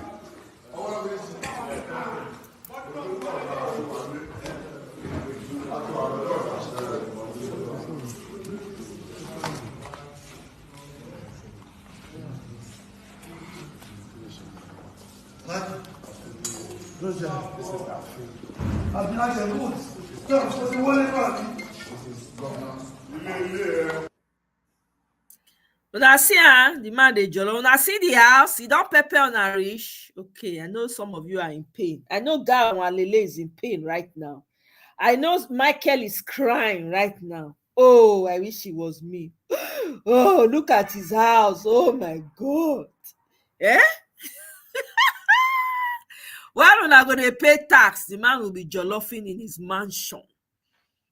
T-Pain reduce purchasing power. Okpewolo bring in security. So far, mission accomplished. Bam. Telling you. These people, they came to kill, to destroy. That's what they came to do. That is what they came to do. I don't need to tell you I don't need to tell you people anything more. That's what they came to do. To come and buy people. Ben Jokes, is it on YouTube? No taste. I'm telling you, massive. No. And if you go into the house, you see the doors, you see the way it is, the interior design inside.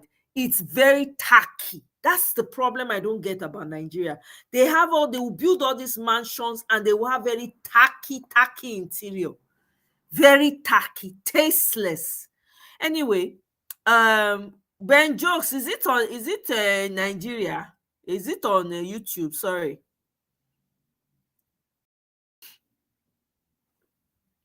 These criminals go pay eventually. They will, oh. I'm telling you, they will. Okay, all right. Let me play. That make me like Tracy. Tracy, you know you are my person. You're always coming and delivering to me. Bam, you could just come. You could just come. Drop them for me like that. I appreciate you, my sister. I really do. I think I see. Ben Jokes.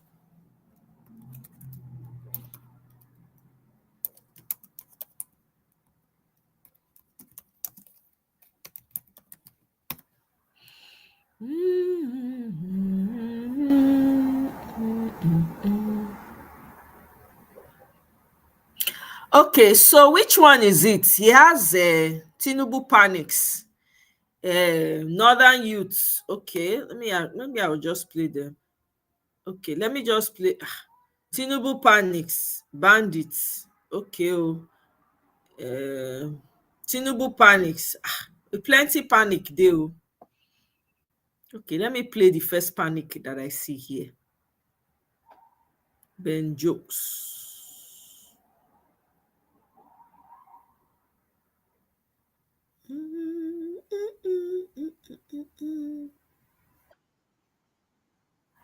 Okay. All right, let me pull it up. All right.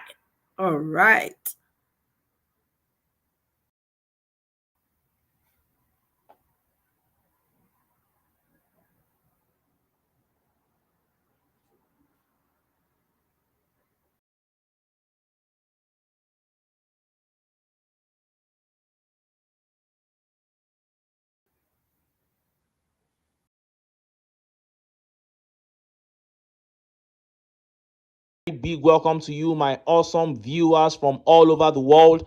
Thank you for joining me once again on The Truth with Ben Jokes, your trusted channel for political analysis.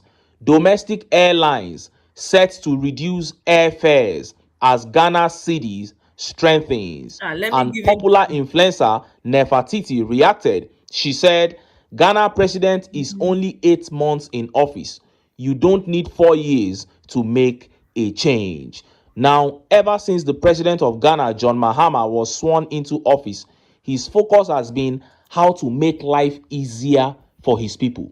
He is not interested in propaganda, but in real results. You don't need anyone to explain to Ghanaians how John Mahama has performed. The average Ghanaian on the street will tell you how his life has improved since Mr. John Mahama came into power 8 months ago. But here in Nigeria, Mr. Tinubu came into power over 2 years ago, and it has been pain and suffering ever since. No single area has recorded anything positive, aside the fact that the process of getting a new passport or renewing an old one is now seamless, unlike before.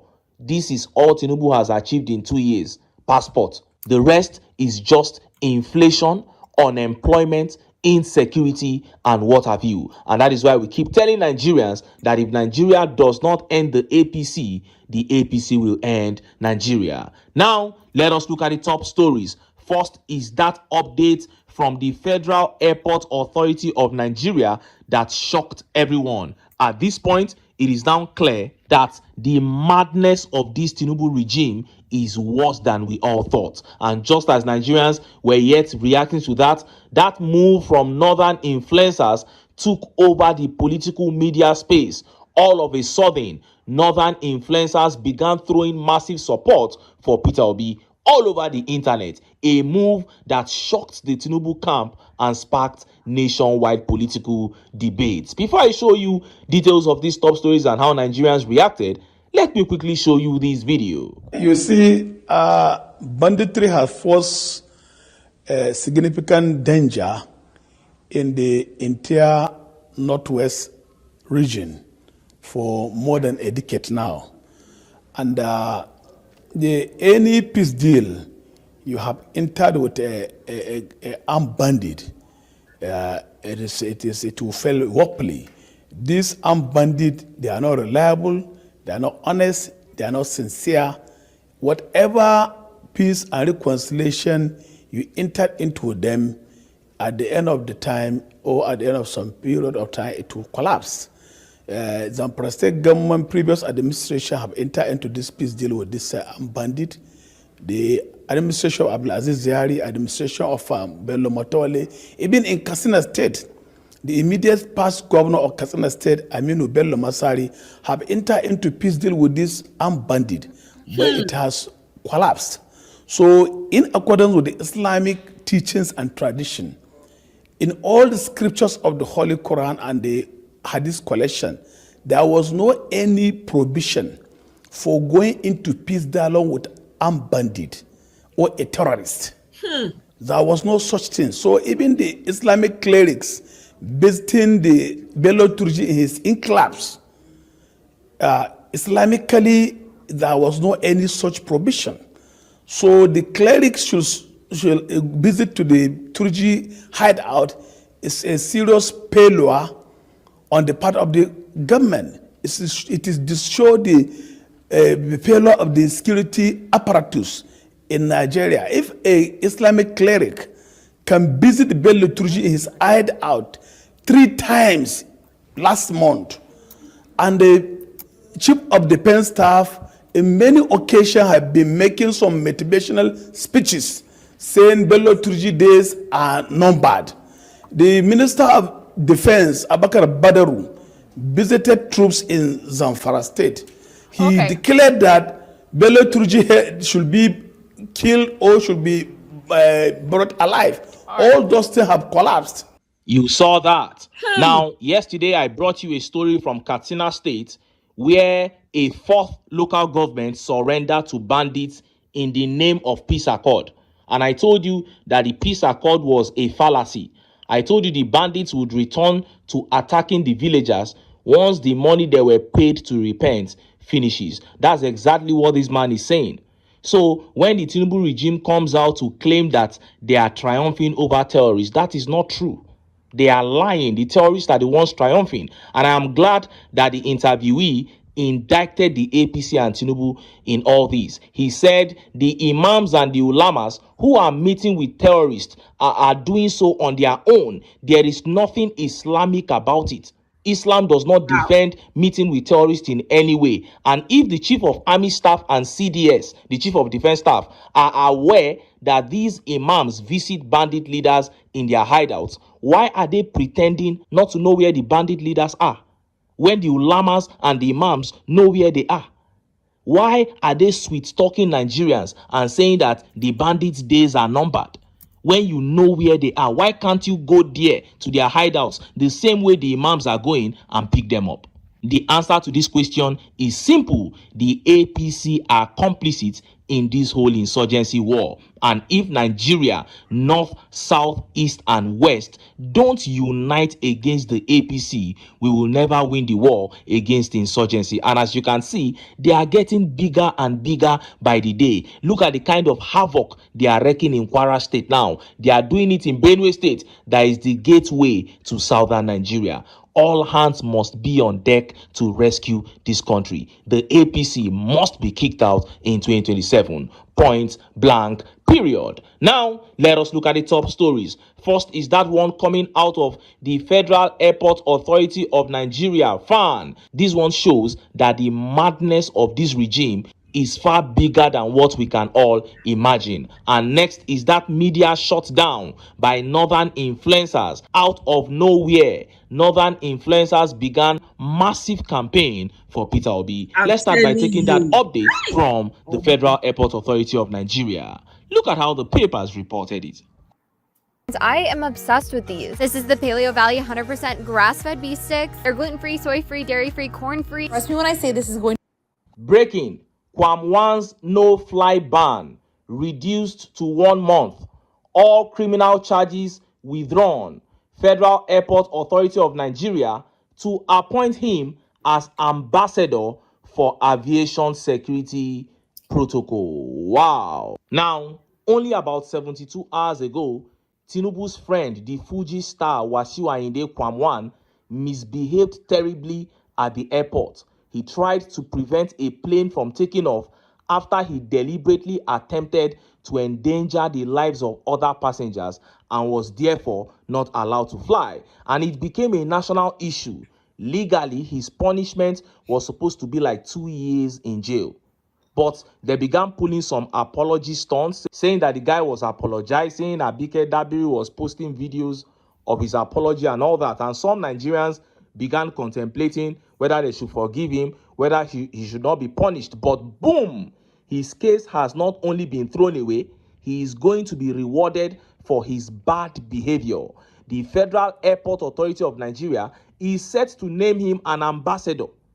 This is why I said the madness of this regime is worse than we all thought. Who could have thought, who could have imagined that a man would become an ambassador of FAAN just over 72 hours after he wanted to pull down a plane like a thug?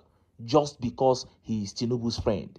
This is stratospheric level of madness. And this is why I keep telling Nigerians that if we allow this to continue, we don't know where this is going to end. Because this is shamelessness at its peak. Tomorrow, somebody will come and say that Peter Obi is the one demarketing Nigeria. Somebody will say that speaking ill of Nigeria on Twitter is a way of demarketing Nigeria. When you are doing this, just yesterday, we saw the Minister of Power launch billion-dollar mansion in a nation where people are paying for darkness under your ministry.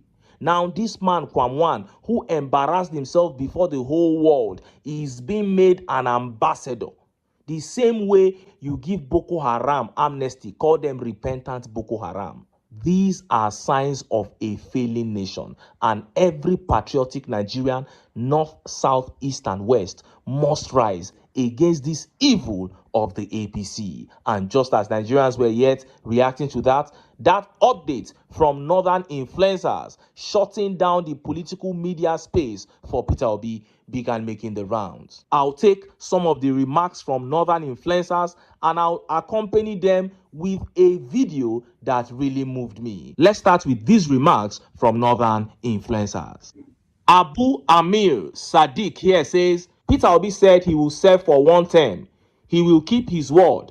Besides, what Nigeria needs is the right leadership, not a long-serving leader. Buhari was there for 8 years. What has he achieved?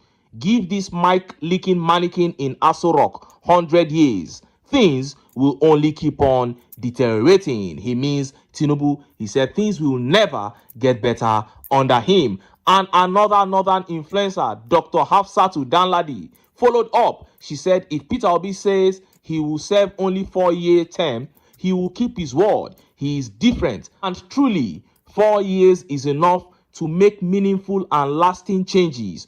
What did Buhari achieve in 8 years? He left Nigeria was off. And of course, this very big northern influencer, Ibrahim H. Abdulkarim, said by December, jungle go mature. Peter Obi is coming. Rig and die 2027. And yet another popular northern influencer, Abubakar Suleiman Karfi, posted this. He said, since they claimed Peter Obi is not popular in the north, we decided to counter their claims by making him popular. New Nigeria is possible. And of course, you can see a picture there of Almajiri females being thought, I don't know what they are being thought, but is a form of sensitization with Peter Obi's obedient picture in the background. And then this same Abubakar retweeted a video from another northern influencer, Makarfi, and that is the video that really moved me. Almajiri children were in a class that were being taught by a teacher with Peter Obi's obedient movement picture in the background. It looks like a revolution is taking place in northern Nigeria. See the video.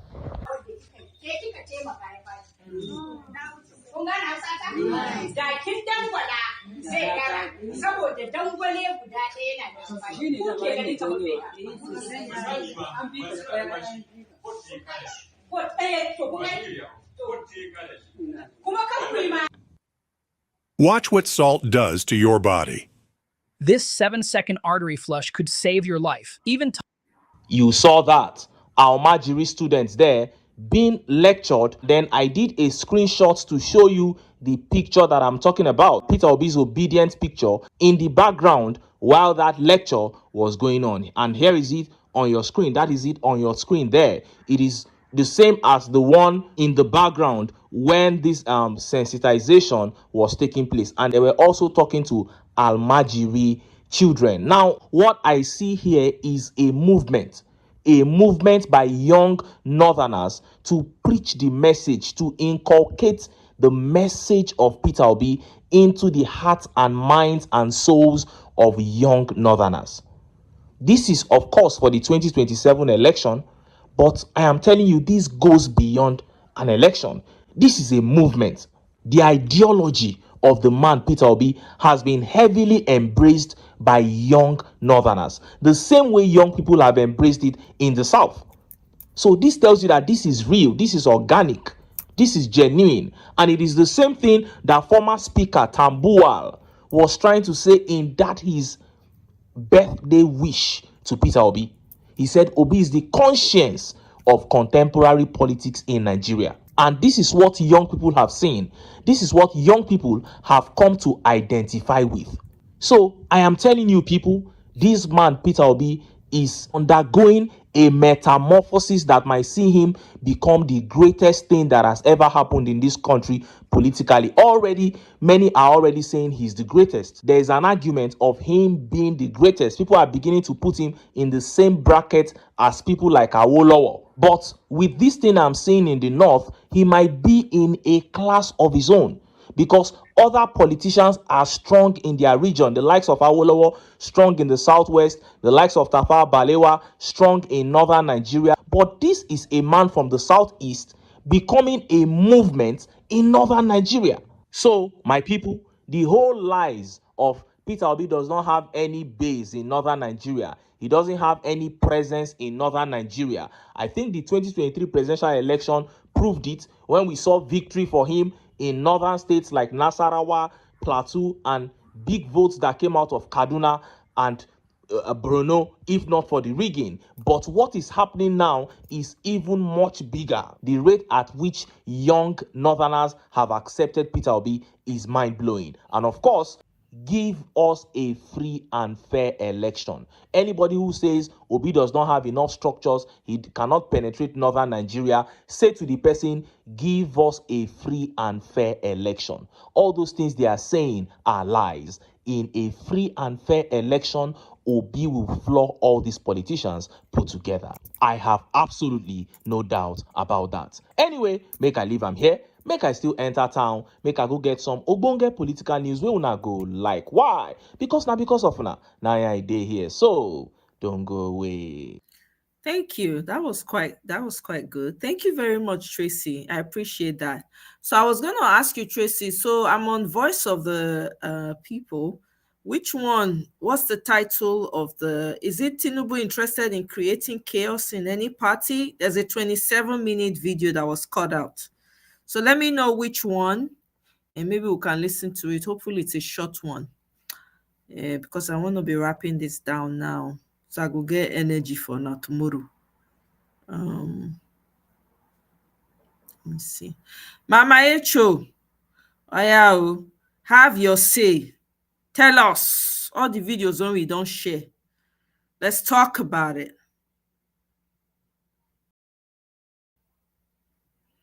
Mama Echo, are you there? Okay. Let's say Mama Echo don't. See, I agree with you. I not trust the South. Greed. When they throw money, give them now, or more, they go forget. Greed, not the less South see road. I never see. Tiffy Jankoriko. Now their pockets, when they reach another thing, you cannot trust them. Only not. Once not agree saying like this, no amount of money, no amount of gaslighting go change their mind. That is one thing I respect the North for. I'm telling you, I have so much respect for the North. The North, including the Middle Belt, too. South, I don't trust. Their way no straight. Small money like this, they go they twerk. Now, very, very self-centered, selfish MFs. Selfish. I beg. There's a video I want to play. Let me play that video for you guys, so you people can hear it yourself. Come on now, don't do this. Why are you going down? Yeah, why are you going down? All right. So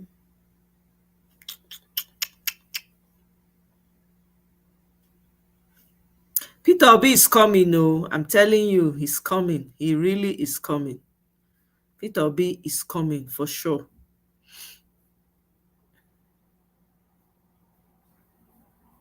This is extremely unfortunate. Very, very unfortunate. And we have missed a golden opportunity to show that the The law is no respecter of persons. We have missed a golden opportunity to show that the government is ready to ensure, for want of a better word, that the law is sacrosanct at all times. My third view is that this is not to save the girl, but is to save Kwam-1, which at the end of the day, because it was becoming apparent that what is good for the goose is good for the gander.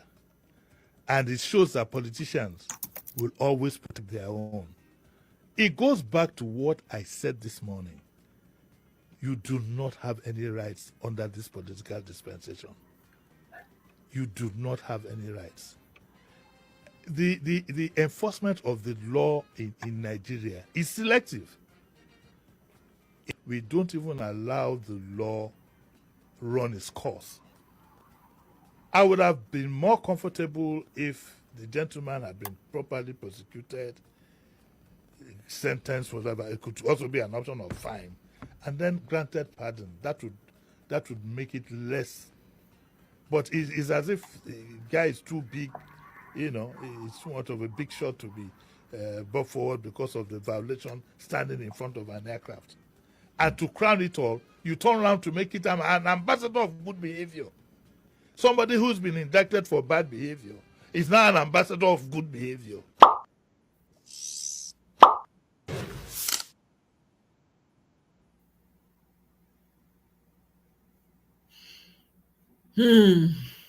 Jimmy Disu, he's on the list for me too. He's always bringing it on. Jimmy Disu. We have to be remembering these people that are speaking up. We can't forget them. We need to be calling them by name and remembering them, because a lot of people have gone silent. So when we see the ones that are speaking up, we must remember them and be echoing them. Let's see. Okay. Is this it? Oh.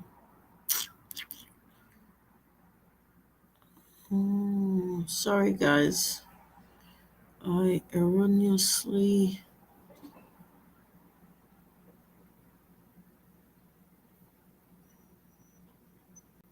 okay. That Nigerians are beginning to those people. What are the processes of the radicalizing them? Nobody. We talked about So where it started Donald from Trump had accused the Nigerian Hold on one the Renewed Hope Initiative under the Renewed Hope agenda. There is Renewed Hope Housing, there is Renewed Hope Academy, there is Renewed Hope Small Scale Businesses, Credit Corps, and all the likes, and loans for small scale businesses. I think the Minister of Trade and Investment had made mention of that, if you're able to bring in a proper business idea and all whatnot. But we do not know those who have benefited from this. They also give small loans to all these are just like trader money, you know, sometimes 20,000, sometimes 50,000. But do you think the president is not in connection with what Nigerians are going through? Esther, that is to tell you or to tell Nigerians the insensitivity of the government where the citizens are. And it's like the presidency, they are disconnected with the suffering of the masses. And to tell you also that they don't think about the common man. Now, if the president said that Nigeria have no reason to be poor, I will agree to that because of the mineral resources and what God has deposited in this country. But what are the leaders doing is another thing. Because if a president can buy a jet of how many billion, renovate a house of how many billion, and also give security vote to himself and other governors and ministers and their extra code, the detriment of the poor Nigerians. So they are disconnected, the suffering of the people. But what we have, we don't have the Nigerians are not supposed to complain. Okay. But these things are at the hand of the few people that are mismanaging it, from the presidency to the local government councillor. So they are mismanaging the wealth of this country. So we need to blame them because they are the people that are causing people to suffer. Now election is coming. You know, as soon as APC won the election, they began to campaign.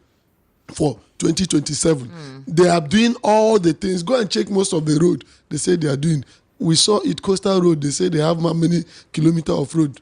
Nothing. So most of these things are what they are purposely doing. So they can come and tell the world, because APC is built on lies and deceit. So they will tell Nigerians or the world another thing, whereby people are suffering. Go to the street, you will see it. People are dying. People are suffering. Those of us that move around, live within the community knows. But they are not feeling it because, one, fuel they are using is free. House they are living is free. Electricity is free. Everything is virtually free for them, and most of their people. So what they are using, if even medical, they don't go medical checkup here. So why wouldn't they say such? Because they don't know what you and I is suffering. Mr. Tony Mbata, barely 24 hours after 3 residents were killed in Yelwata within Guma local government area, Benue State, another terrorist attack has struck another community in that same local government area, and they killed 3 persons. They attacked the Uyikbam community of Mbabai Council Ward local government area. A community leader who was also a former candidate for that particular Guma State Assembly seat in 2023 election, Jimmy Jeffrey, confirmed the attack to correspondence today. According to him, the discovery of the corpse of an elderly man from the community on Wednesday morning has brought the casualty figures to 3 following the killing of Ake Kelvin and Francis Nomsoro last night. Yesterday, on the evening rush, we talked about where Donald Trump had accused the Nigerian government of what he called a religious crisis, where extremists are basically killing Christian communities, particularly in the north central region of the country. He has actually said that they need to do something about it. They called the Nigerian government attention. So just Nigerian government, Central African Republic as well, you know those areas, as well as Cameroon, these are Niger, these areas you have heavy volatile presence of these extremists, and is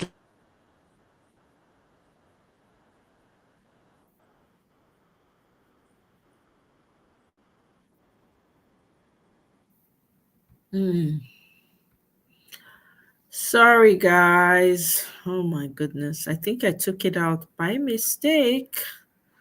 Not sorry. Okay, here we go.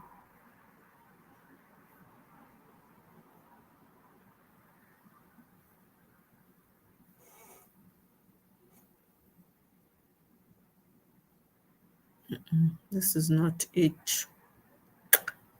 This ain't it.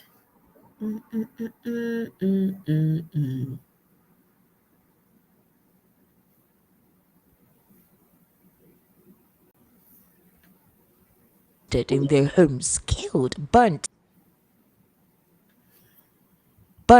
even babies and children. Are we saying that there is no heavy security presence in that Yelwata, that they are still experiencing attacks like this? That is also to show you or to expose the sincerity of government where the citizenries are. Because most of these things, they say they are chief security officer. We have the president as the commander-in-chief of the armed forces. And also we have the governor who is the chief security officer of a state. They cannot stop this thing. That means government hand should be, we can allege that they know what is happening. And because of either they are, benefiting from it for political reason or whatever reason, they don't want to stop it. Because I've said it before. Why are they collecting security money? What are they doing with it? Mr. Tony Mbata, let's look at what the government tells us and what the reality is. Nuhu Ribadu has come to disclose to us, and I think there was even a conference with some of the northern leaders and some other political party members where he did, they had a chat and where he disclosed to them, like he did not hide anything from them, show them pictures of these terrorists that they have killed, those that they have apprehended, top leaders of this sect that they have actually killed. He is saying that they are gaining strength in capturing these individuals. Recently, we heard that one of the Lakurawa or Mamuda group leader was caught and apprehended. The DSS actually was the one that was behind this mission. So we will not say that we don't have the capacity to clear out these individuals, or that the intelligence or whatever kinetic synergy that is needed to route out these individuals is not there. Could it just be that there is some form of lackadaisical or redundancy from certain segments of the polity? Could this be a bureaucratic process that it takes them time to assent to things? Or must it be that one person needs to say, go ahead, do whatever needs to be done? But if that is not said, then they wouldn't give it that kind of concentration or energy. Esther, you see, a Buhari government did a lot of harm to this. Announcing the Honda Summer Event. Get our biggest savings of the year. Save thousands on your new Honda country. Okay. You know, when they said they de-radicalized the Boko Haram set, and some of them, they were, according to the story we had, were integrated into Nigerian army. What processes? You saw an army man came out and said a lot of things about those people. What are the processes of the radicalizing them? Nobody knows. Buhari government did a lot of evil. And when you bring some of these people into Nigerian army and all, a strategic position, and you don't know who they are, you don't know the processes they have taken, are you sure? And they are not sure. And most of this information are being leaked to them. So people cannot, Tony, but Tinubu is not my favorite, and I don't, Why? his government. Why? Is reason because he didn't win election. For me, I don't know Nigerians, but you can't hold Tinubu government. INEC declared him the INEC and the judiciary. That's why I said for me. Judiciary worked with the evidence. INEC, all the evidence given to the judiciary, they didn't make use of it. A judiciary that don't know what is hand. Yes, they don't know what is hand. So let us not go to that place. We don't have judiciary in this country. So you can't totally hold Tinubu administration accountable because this una judiciary no know wetin and be. Oh my God, judiciary don lule. He said judiciary does not know what is hand.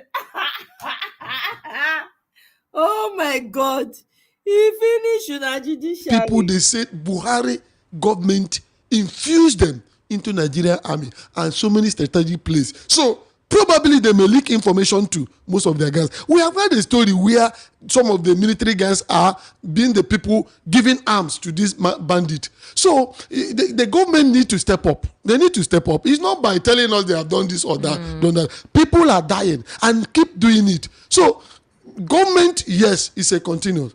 We will accuse the government to tell us why did we submit our sovereign power to them. Nigerians are dying. They should do something. So that by the time we see it, we know. Now, let's look at the Ibom Air. There's something I always say, that Nigerians do not know the power they have as a collective. A polity that stands with one voice will always win. It is when we are divided that these politicians think they're very powerful. Mr. Tony Mbata, ever since the Ibom Air situation and how the matter degenerated to the point it degenerated, yes, there were backlashes. The optics was against the young lady who was dragged out of that plane. And I think where things got bad was the anti-professional disposition of the crew members, that is the airline workers, officials. They did not handle things properly. Mr. Tony Mbata, yesterday we talked about it on almost all our programs, and because of the prior incident of Kwamwan, where justice wasn't meted out and the first person and then the second person, you accelerated and took the person to Kirikiri prisons just immediately. Well, thank God she's been released. The thing is this: they now decided to carry out a comprehensive investigation, which ought to have been done in the initial instance before they decided to do what they did. But that's another procedure entirely. Now, they have possibly heard, based on the tweet that the Minister of Aviation released, and Minister of Aviation and Aerospace Development, Mr. Festus Keyamo, earlier this morning, he said, based on what was done, the intensive investigation they did, they listened to the side of the young lady, they got witnesses from the passengers who were on that plane. Obviously, both sides erred, but one person was victimized. One person was thoroughly dealt with. She has been released. She has spoken. She thanked Nigerians for their support. She said she needed medical attention. She needs to take care of herself, and that very soon she would speak up on her own side as in what happened. She said she went through a lot of pains and her time it has stayed in Kirikiri. Some people say she's lucky. What if the Kwangwan incident did not happen? Do we think they would have patiently taken their time to assess the situation, to know that both sides erred and not what the optics presented with the video recordings that we saw? Yeah, when I was watching that video, and even when I listened to your program, both Barrister Darlington and all the rest of them, I took my time to listen to that video when that young lady was saying, allow me to move. Okay. I saw it. Now you ask us, you see, this thing keep exposing we or some of the people at the helm of affairs. You know, most of the people at the helm of affairs are not trained to be in that position. Either somebody that knows somebody, they put him there or her there. So when some of these things happen, they will not take proper investigation and they will react.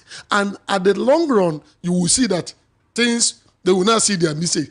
But why must they do such to such a magnitude? Wait, is this you when trying to build a website? Because I got you. Oh? Check out Bluehost. They have an AI site creator that makes it a breeze. Build your own professional looking site in minutes. All you have to do. That means they lack professionalism. That is one.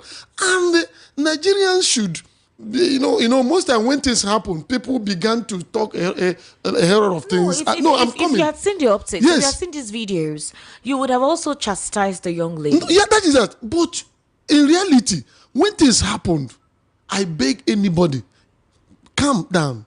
Some of the trainings that we went, if you see two people that are having issue, please try to listen to both sides before you take a decision. And this has been a problem of most Nigerians. Yes.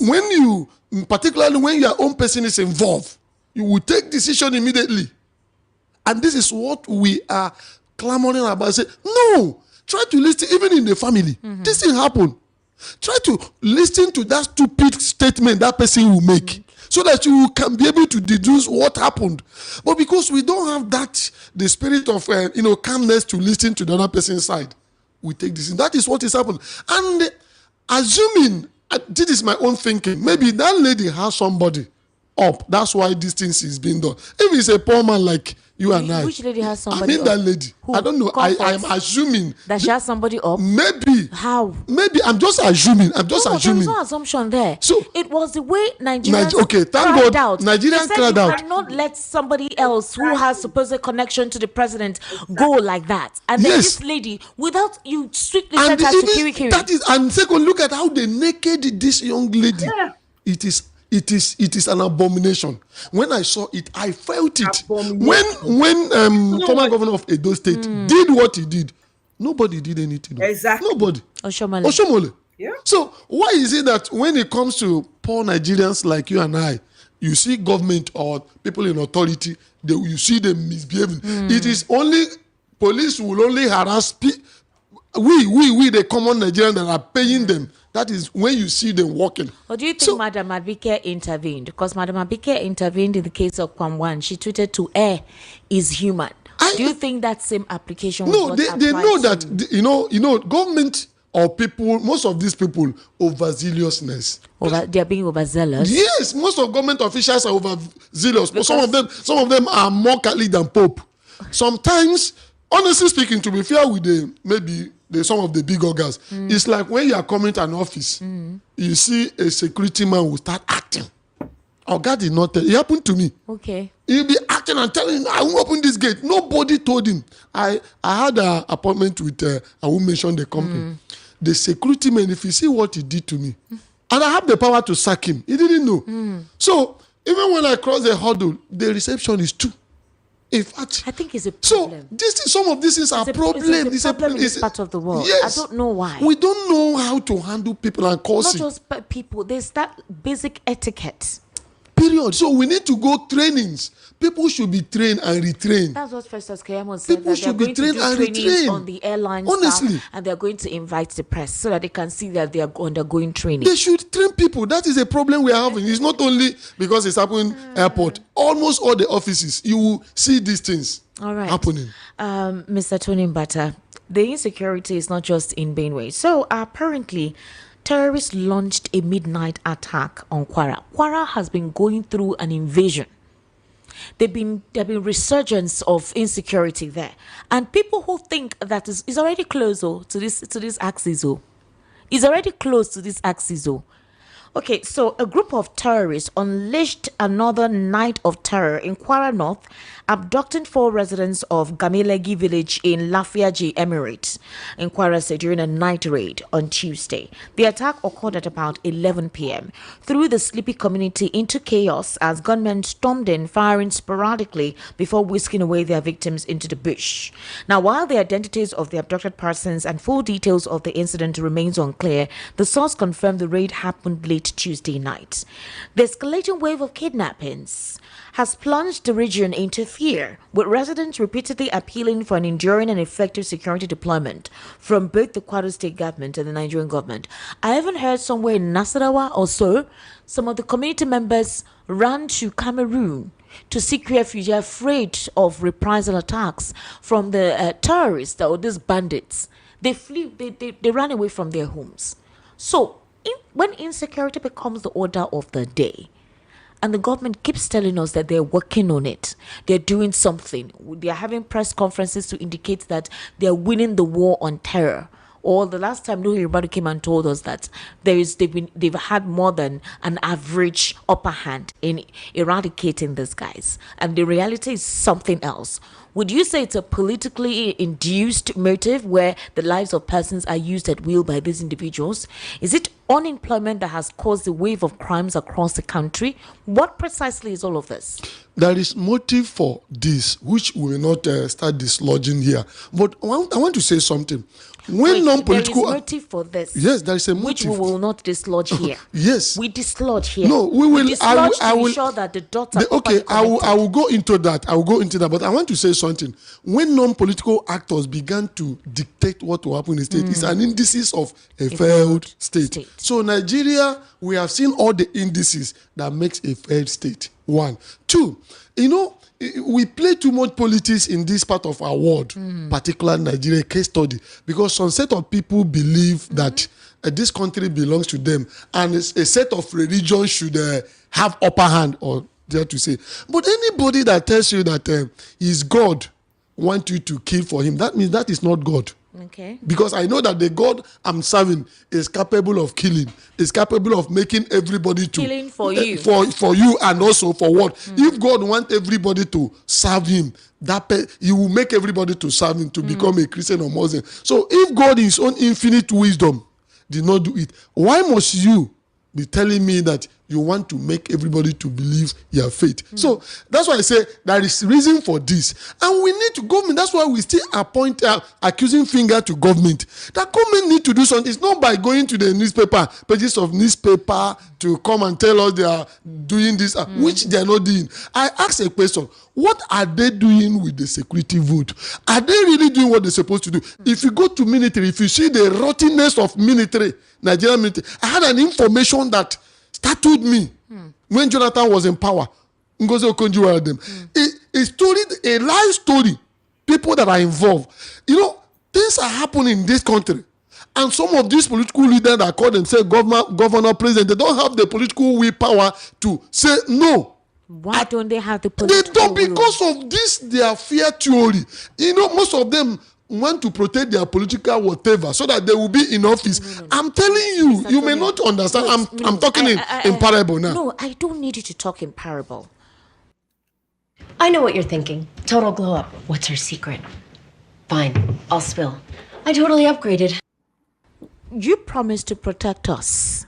You promised to use your intellect, your experience in the polity to bring in experts that will ensure that the anomalies that Nigerians went through under the previous leadership, we will not experience it during your own administration. And you're telling me that there is a fear theory because of politics whatsoever, that your people are being killed, mutilated in instances. The international community are looking at your country like you are primitive and barbaric. Meanwhile, we're a beautiful nation, and they have this perception like people kill themselves for no reason. Because of what? And then you don't want to clear that narrative. You don't want to do anything to strategically reposition the impression your country have in the face of international communities and develop your economy just because of certain persons.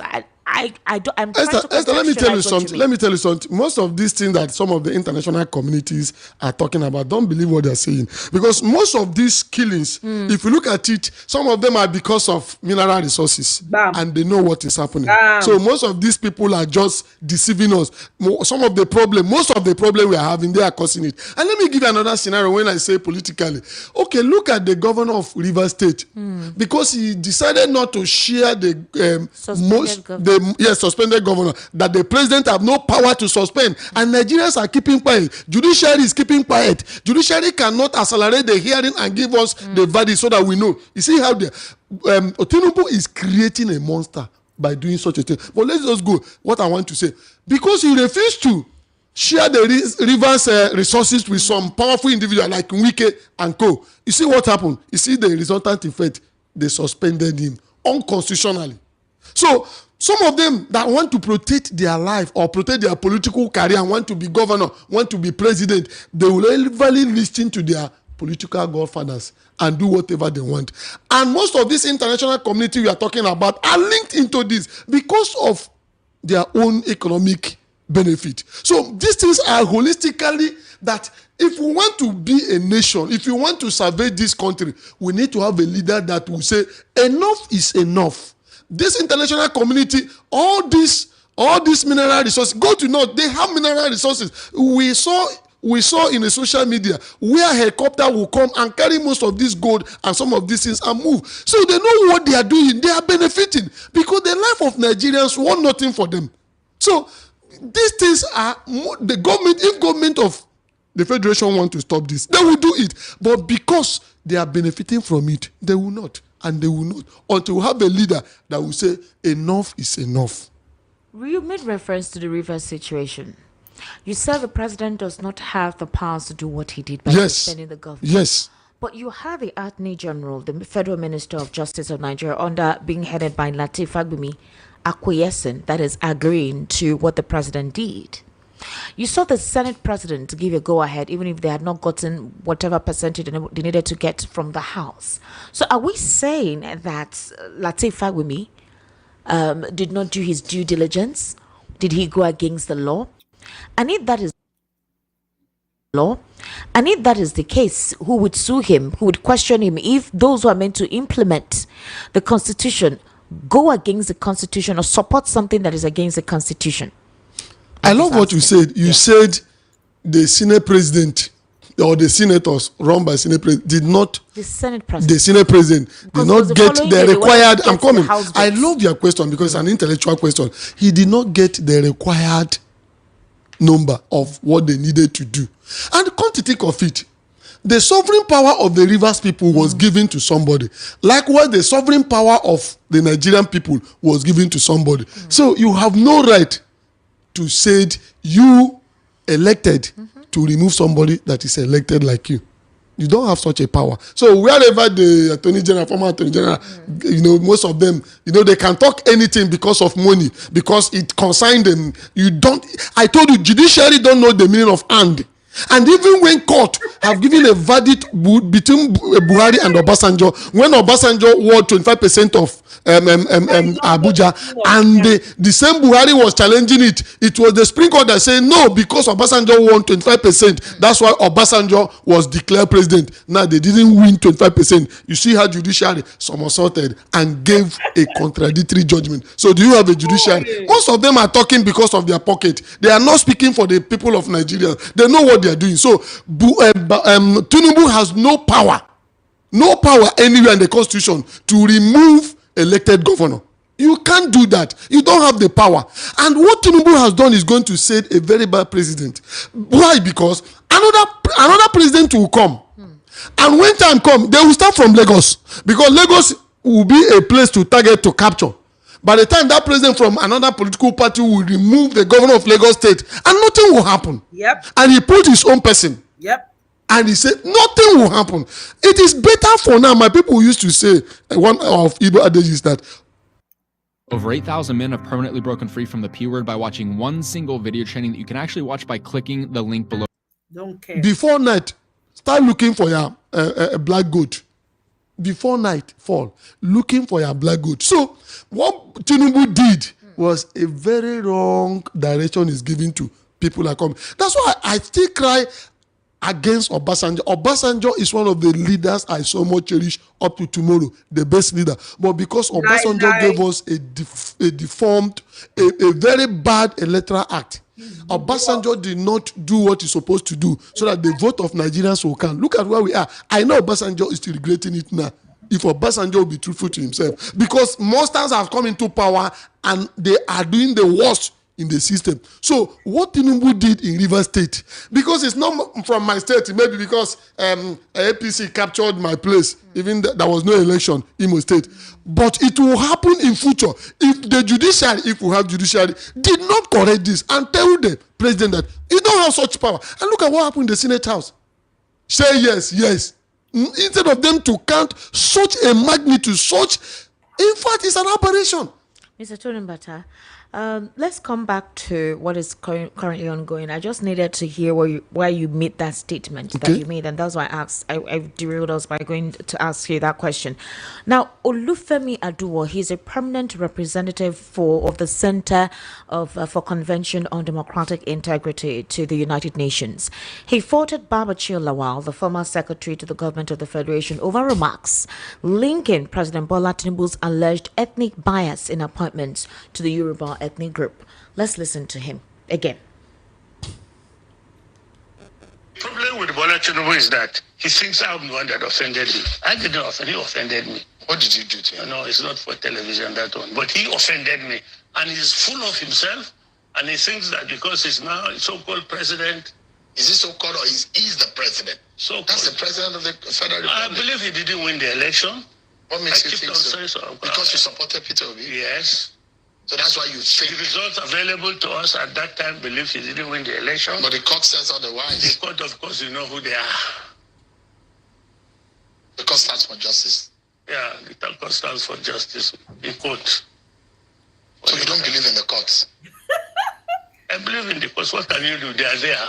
They are supposed to do their duties. They are doing their duties. It's not about believing. So if you don't believe Bola Tinubu won the election, the court in the first, the results at the poll says he won. The court in the first instance says he won. Yes. The court in the second instance says he won. Yes, but the facts on the ground said he didn't win. Who now won? I like that. Peter Obi won that election. That came third, according to the result that was announced. Yep. Not according to the true results. So, how do you determine who won an election? We have the data now. Look, we had monitors on the field. We had agents on the field. We collected our data. We know our results. We know the results that were coming in from the field. We can see clearly the point at which they were altered. We can see clearly, you know. Was he altered in Anambra? Was he altered in Abia? Was he altered in Enugu? Peter Obi won landslide. He won over 90% of the votes in that region. Yes. He beat Bola Tinubu in Lagos. Yes. He had huge votes in the North Central. It doesn't mean there are no states where election was conducted. There are. You know, when you do rigging, you rig only where you are strong. And because... Is Peter Obi strong in Lagos?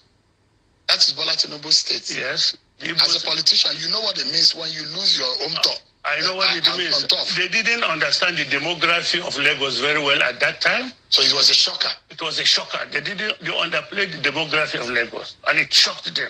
And the demography showed. Subsequent elections, they worked on that demographic issue. That's why there was voter suppression in the gubernatorial election. And in this last election, local government. The demography took them by surprise. Would you still be supporting Peter Obi in 2027? Okay, so I played this audio yesterday, and Babachir Lawal made remarks that President Tinubu was giving appointments to those of only his ethnic group, that is the Southwest, the Yorubas, and literally is not representing federal character. And he argued that, for example, he also generalized by saying that, you know, giving a certain ethnic coloration to persons from the Yoruba ethnic extraction. So Adowa is arguing that portraying Yoruba as ungrateful to political elites or prone to excluding others was inaccurate and distorted Nigeria's political history. He cited 1980 deportation case of a Borno politician, Abdurrahman Shugaba, when Yoruba leader Obafemi Awolowo instructed G.O.K. Ajayi, a senior advocate of Nigeria, to challenge the federal government's action in court in the interest of justice. He also pointed to former President Olusegun Obasanjo's record of appointing northerners to key positions and the absence of ethnic protests when the Yoruba had minimal representation during Goodluck Jonathan's presidency. He warned that conflating ethnic identity with political loyalty, that is, poisons national discourse and threatens Nigeria's fragile unity. Yes, Do you think? Pretty cool, huh? That's the laser strike system from us here at Vanish. This little bullet drops into just about any. The allusion made by Babachir Lawal is true. Yes, I will say it's true, but I will say Buhari started it. They not started it. If the North started it doesn't mean that those who are educated would continue with that. I'm coming. I said they not started it. I said this in an Igbo program we used to have here. I said it Love World Television, that what Buhari is setting up, let another person comes in and do the same thing. Let us see how the North will react. And it's happening. It's happening now. So what he said here, Tinubu is go and check it. But Tinubu gave the North more appointments. No, forget about. Go and look the appointment of Tinubu. And the one funny thing, excuse me, man. Appointments he's making. These things are because people are crying now. This is politics now coming. So go and look at the key strategic places that appointment is given. Look at it. Go and check it. I don't need to run the chronicle of everything.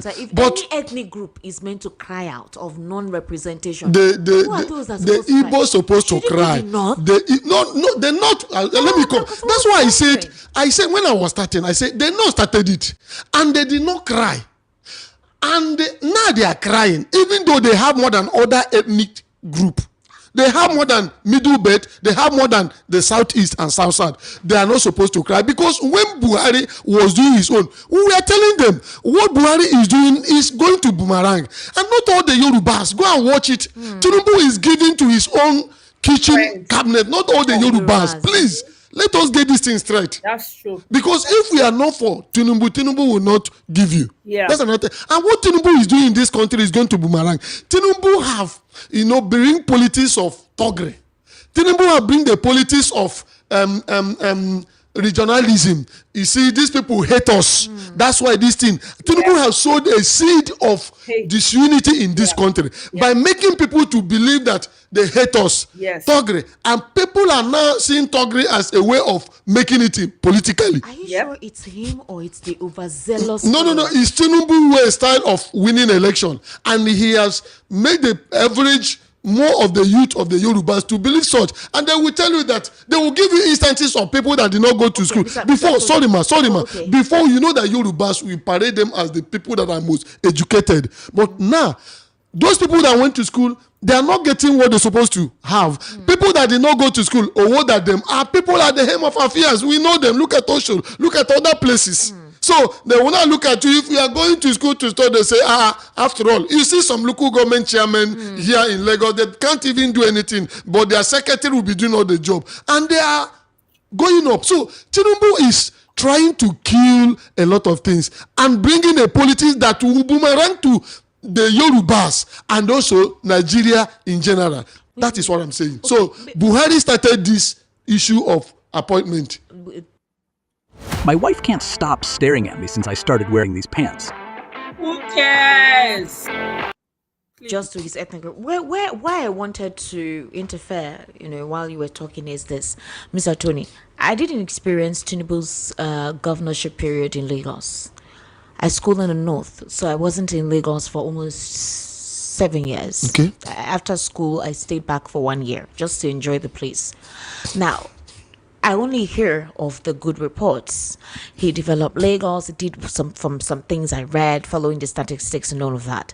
So was that the same method that was introduced in Lagos before he became the governor? Because you're speaking from a place of experience. I witnessed the second and the election of the second tenure of Tinubu election, I witnessed Fashola, the first, the second, and we know what is happening. And we know the kind of killings that was involved. That was a time they killed Funsho Williams. We know all those things. Never had in the history of Nigeria for such a caliber of person to be killed, nothing happened. And we know all these things. And since Tinubu came into power, you know the number of Agboro. It was when Ambode came that Ambode wanted to dislodge most of this. Ambode, not Fashola. Ambode was the person that came, wanted to dislodge them.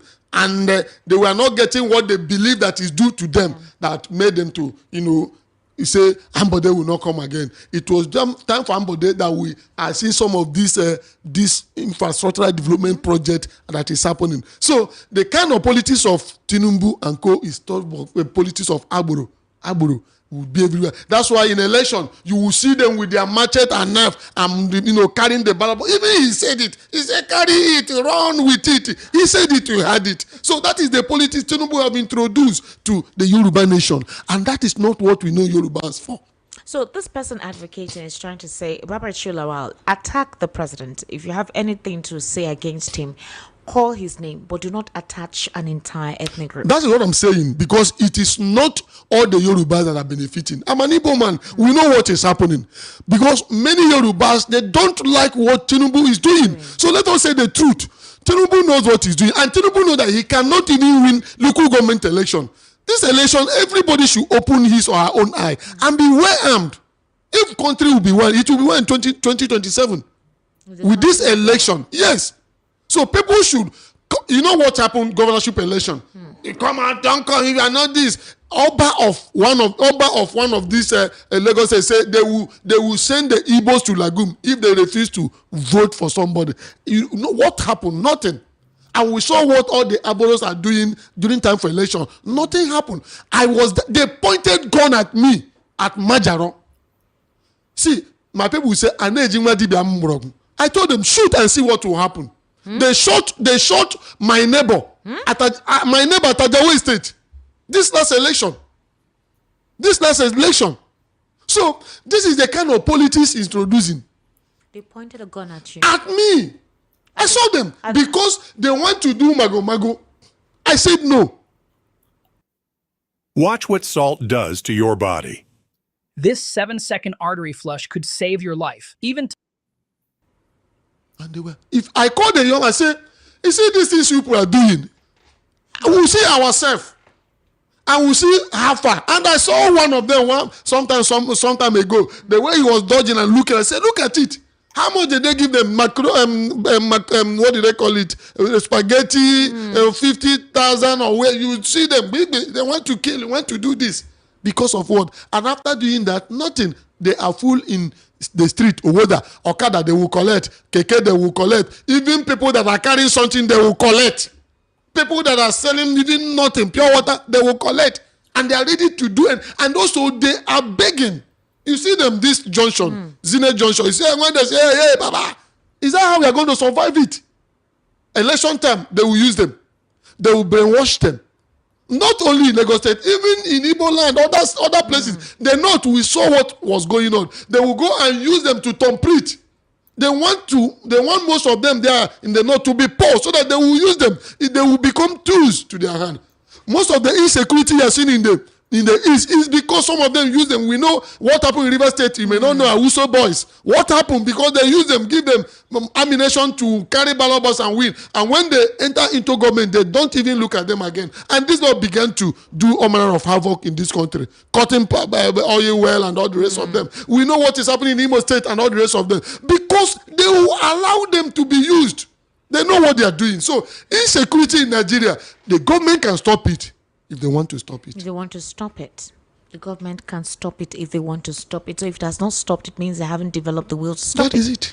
All right. Former Anambra State Governor and the 2023 Labour Party presidential candidate, Mr. Peter Obi, was spotted wearing an African Democratic Congress branded cap while campaigning for the party's candidate, Justina Azuka, in the Onitsha North State constituency by-election slated for Saturday. Azuka, widow of the late Labour Party lawmaker for Onitsha North, entered the race under the ADC platform following her husband's killing last December. The slain legislator was abducted on December 24, 2024, in an inland town in Onitsha while returning home for Christmas, and his body was found weeks later at the Second Niger Bridge on the 6th of February 2025. So, Obi in a statement wrote, standing with Mrs. Azuka for Onitsha North 1 constituency, and that, campaigning on her behalf. Now, when that picture was seen, everybody was like, has Peter Obi finally officially left the Labour Party now to work with the ADC? We've seen former Rivers State Governor and former Minister of Transportation Rotimi Amaechi campaigning for ADC in Rivers. Even what's his name, El Rufai, recently went to Kaduna and missed a rousing welcome. I don't know if that crowd was rented or it was genuinely a set of persons. He came to welcome him, and they're all campaigning for their candidates. He's also campaigning for a lot of persons to join the ADC. What does this tell you? Yeah, Peter Obi is a part of the coalition. And remember that the interim chairman of the Labour Party, Nanadi Usman, gave him go ahead to follow the coalition. So what he did was a nice thing for him. And the circumstances that young man was killed, any other person should go for solidarity support for that woman. So I don't see it as anything, because it was the Labour under the leadership of Nanadi said, we are part of this. So if Peter Obi wore such a cap and was seen there, I don't think it's anything bad. It doesn't mean he has left the No. Labour Party is still building. They are part of coalition. Labour Party is still building. I told people, politics is not something you will sit in your house and you say, this is where it's going, this is what is happening. No, the one you are seeing is the one you are seeing. There are many things on the ground. So people should stop shouting most of these things and allow yourself to be rationally thinking what is going on and watch. If you're not a politician, politicians are supposed to be people that have integrity, people that have name, people that can think, people that know how to play their chess. Don't mix pink salt with lemon and 2 other ingredients if you don't want to donate your entire wardrobe in less than a week. But politics in Nigeria is not like that. They are doing it politics of aburu, politics of killing, politics of, you see all manner of things. That's why many people are running away. But this time around, we are begging them, don't run away. They are no more stronger than us. So Peter Obi being there is not an eyesore. It's a very good thing. It doesn't mean that he has left the Labour Party. No. Labour is still building. Now, we know that some persons within the ADC are being invited for questioning by the EFCC. Tambuwal has finally been released after one night in detention. David Mark, we heard, is the next person that may be invited by the EFCC. Ihediohatu and other 2 or 3 of them amongst the top echelons in the ADC were also invited by the ADC. A couple of them have complained that this is a witch hunt just because they refused to be part of the APC or the Bola Ahmed Tinubu team, and that now they're trying to resuscitate supposed cold cases against them. Do you think it's a witch hunt? Again, if you want to form a coalition, you want to coalesce against the president, are your hands not meant to be clean? I will answer your question in two directions. Okay. One, they say he who is going to equity must go with a clean hand. You know that your hands are not clean, so be careful. Be careful. Most of these governors or whatever, they know what they did. Okay. That was the case brought to me when I was a human rights chairman against Ihedioha with a set of community. I won't mention the name. I wept over that case. But what I asked them to do, they didn't do it. I would have challenged that man. Now, most of these people, you know that their hands are clean. That's why Peter Obi can go anywhere. So that's why I say that politicians are supposed to be honorable people. So that when they looked at, because you are a public servant, they will not find anything. This thing the EFCC is saying, did you do it? If you did such a thing, you must answer question. Again, the EFCC that is pursuing all these people because they are in coalition, let us believe that. What about the people that say if you jump party and join them, your sins are forgiven? The Senate President, Okowa, the former governor of Delta State, what is happening? Oh, yeah, We know that these things are politically motivated. But even though it's politically motivated, keep your hand clean. Keep your hand clean so that they will not find anything. They're supposed to probe you. So if you didn't do anything, why are you afraid? Don't shout. Let them do it. P2B will tell you, go and verify. And if they have found anything against that young man, Nigerians, the whole world will have had it. So if you want to play with the game, play the normal game. Don't be doing all these things. So, but the question is, for a couple of you who are supporting a P2B, they're saying, why join hands with this set of persons who have such a background to unseat a person that you allege is also part Let me answer you a question. Okay. There was a time when Jehoshaphat and the king of Israel wanted to fight a war, Ahab, and God wanted to deal with Ahab. He was saying, who will I send to make sure that Ahab will not succeed in that war? A lying spirit. Say, God, I will go. He said, how are you going to do it? He said, I'm going to put lies to the mouth of the prophet so that whatever they will tell the king, Ahab will obey, because he will believe that his prophet from God is speaking. And he said, yes, go and do it. Most times, God use other things to make sure he's achieving them. And secondly, hold on. Most times, God uses most times, God can use anything to achieve his end. He said, okay, go. After all, God used Nebuchadnezzar to death with some of the people that are against him. Nebuchadnezzar is not serving God. And God said, go and do it. And he put light to the mouth of the prophet. And when they were prophesying, the king of Israel said, because Jehoshaphat came to that, they went to team to fight that war. Jehoshaphat asked him, is there no other prophet in this land? He said, there's one man, his name is Micah, but he never talk anything good about me. If I bring him now, he will talk opposite. And the king of Jehoshaphat said, go and bring him. Let us hear. All right. They went and brought Micah. And Micah came, saw what is happening. And when they asked him, can I go to this war and win? He know what they are saying. And he said, oh, king, you go. The prophet are telling you now go. The prophet, the king, he said, no, I know you. Say your mind. He said, do you want me to say my mind? Say what the Lord says. He said, I have seen the spirit of lies into the mouth of all these prophets. And most of those prophets are elderly prophets. And one of them slapped him, said, have they born your father? When I began to be a prophet. And the king ordered they should lock Micah. If I return from this one, what I will do to your body, you will know. And they locked the man. Did the king come back? No. But God used a spirit of lies. So, and secondly, when you mingle with these people, you are going to learn a lot, because they are the antithesis that will destroy the antithesis. So P2B need to. They are like the antidote to the virus. Yes. So let's use them. And probably they must have repented what they did. You see how they are confessing. Who won the election? I will fire them. They are confessing. So God works in a mysterious way. Going by the biblical history that you just reeled out now, it is possible that this is a method proven by God, that it doesn't matter whom you soil your hands with, so long as the ultimate is achieved. No.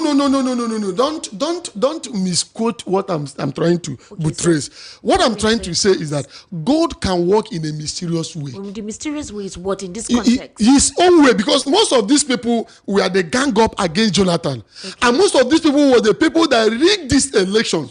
They know it.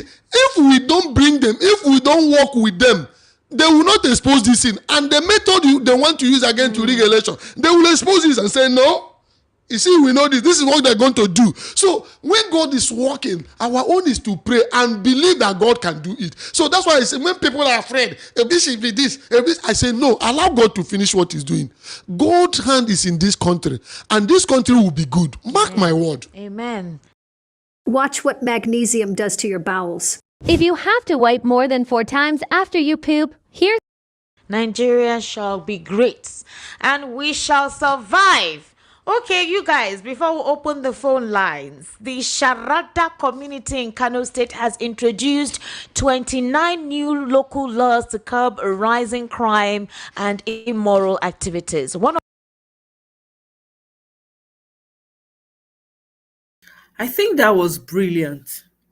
Thank you very much, Tracy, for recommending this video. This man took it down. I mean, even the analogy in the end, I think I agree with him. It's true. They're exposing themselves, because how many of them have come out now to say that Peter Obi won the last election? They've been confessing, like it or not. Rufai came out and said, yeah, Peter Obi won that last election. In fact, he reeled out the results on Twitter. You know what I mean? So somehow things are, it's gonna, you know what? Peter Obi is going to win this election 2027, but we need to really, really get ourselves to ready. I'm glad that a lot of young people are coming on board and registering to vote. That's very important. And I'm glad that people are doing major groundwork, right? On ground, people are actually moving and talking to people and getting, educating people about what's going to happen in 2027. And I'm glad that Pella has been hit with tax. If you follow Pella, if you're one of those who watch him, go to Pella and tell Pella, this is what happens when you do not get involved in politics. Now you're being hit with 36 million tax. Okay, now, everybody go learn this politics by force. Shebi, everybody, they act like, no concern me, no concern me. The suffering, it doesn't concern me. They've hit you now with 36 million. Right? Everybody go start to dey cry for that country. Even this man when build very massive house when no get shape, interior very dumb, very boring, and very substandard interior. Himself will be hit. Do you understand? He go touch everybody. If you like, say, Nigerian party, it doesn't concern me. Guess what? He go touch everybody. Pella is crying now. People should go and use the opportunity to educate Pella. Not be time to cry. He needs to get involved. You see those his followers, he needs to educate his followers. So that come 2027, we vote the right person in it. He never start to dey cry, 36 million. By next year, the next tax when they go hit him, his head go dey heavy. Oh my God, they never know anything. Exactly. Everybody is collecting tax. Maybe you now say, no, I don't want to be involved. They don't see themselves now. Yeah, Pio is really messing up with what's his name? With Bat's mental health. They mess him up. They make up. Is that the riggers will expose and rig themselves? Exactly. Yeah. Exactly. Yeah? All these people crying, taxes. Educate your people. This is the time to get together and vote the right person. We know who the right person is. Let's not pretend, and vote the right person in. Go and Pella should carry all those his millions of streamers that he's streaming with. He should educate them. They should be doing politics. Now, everybody go learn this politics by force. Yeah? Everybody go learn am by force. Pella na one guy like that, small boy like that, when they do AI this thing, he and in girlfriend, whether na wife, he don't be now. Wetin be her name again? Sef? Two of the young, very young guy, make they can't learn politics by force. Yeah.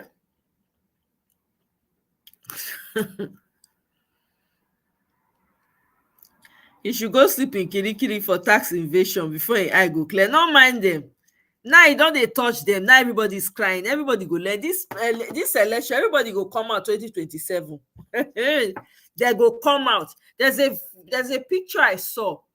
It's like an AI generated picture where T-Pain is handing over to PO.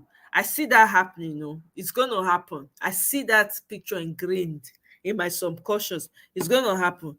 Yeah, but we need to get our act together. We cannot do like we did in 2023 and be crying. No, we gotta go and resist these people.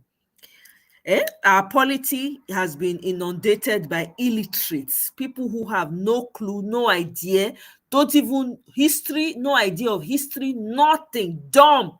All they do is kiss the ass of Oyibo people. That's all they do. That's all they do. Still, look at the house this one built in Ibadan. Is it normal? Is that normal? That shows you that the man, something is wrong with him mentally. Look at the house, only him. You enter the house, he has effigy of himself all over. Look at him with big cardboard of himself carved out. No women. See, notice well, no women, only men. Be like cuts. Oh God, I beg. Well, I go wrap am up for here. I beg, so that I go fit sleep tomorrow. Make I get energy take come out. Small children, instead of going to school, are now TikTok champions. Well, there's money. They are making money. Not be who get money they recognize for Nigeria. That's where Nigeria has turned to now. Money. There's nothing even wrong with them being on TikTok as long as they focus on school, right? But look at what your government is doing to school intentionally, destroying the lives of young people. Everything when IMF and the World Bank tell them, they do, plus the one when BG they tell them. Bill Gates don't enter the food. Now that one just they move all over. Hey God, you want to go and be telling countries, you want to give them contraceptives so that their women will not give birth for 10 years. The audacity. Hey God, when we ready 2027. Una kuku no Nigeria, una like children. So if una like, make we sit down, they look. Just because Pella lost some views during the bad governance protest. I'm telling you, and he made a video that the youth should stop protesting and get back to watching him to do silly stuff. Big nuisance, but they go learn the politics by force. Now, may not pay. By the time they throw it, they're not who care whether you be child or not. They'll throw for kirikiri. When he eats watery beans 2 days straight, he go no far. I'm telling you, in the house, it's very weird. See, this occultic, effigy of himself. You will know that there's something mentally unstable. Look at the massive mansion you are building in the midst of poverty, where people no see food they chop. Where people no see food they chop. Meanwhile, Oyibo people just they smuggle in GMO products. They do everything. Una phone, they sign off everything. Go thunder go punish all of these politicians. 2027 is a promise, so we must get that country back. Now we diasporans go back to go and educate our people. All this kissing ass of Oyibo people, when they don't know, say that they hate their past, they don't even they detest their existence. I never see cuddling with the enemy.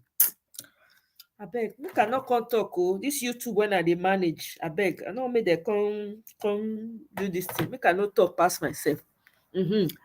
My people, read my previous. Oh, sorry, you don't put me for a long job today. Chai, I go sleep for work.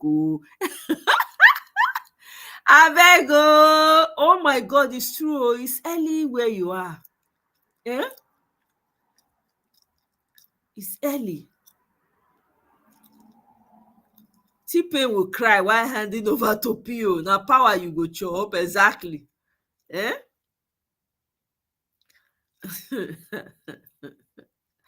They shouted to that minister, incoming, incoming more cult members. Exactly. Transition to tech, welcome. Exactly. And give them more GMO food to cut the population. That is it. Evil. Evil. Kudos to the Namibian president. The power of woman. See, women, they know. But the men just they sign everything off because of waiting they go chop. Useless people. We must take that country back. Nobody has no Nigerian is more Nigerian to anybody. All of us go follow. We must take that country back. Everybody should be ready. Put your money where your mouth is. Is it not Pella encouraging young girls to expose themselves just for views? Is that not how he got popular? I thought it was the AI stuff. I don't even know. Anyway, I don't know. I don't read your comment, Tracy. Oh, not that one. Another one. Wait, make I see. I'm not seeing it well. Hold on. The one before. Okay, let me see.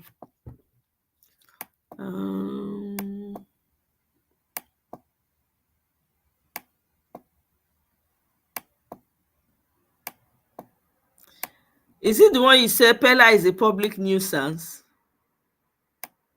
Is it that one?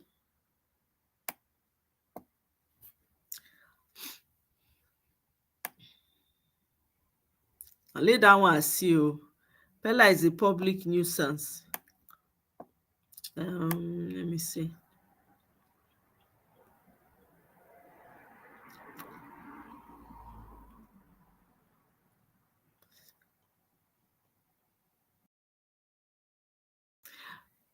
Seed na Pella. Oh, everybody's collecting the tax now. Let me see.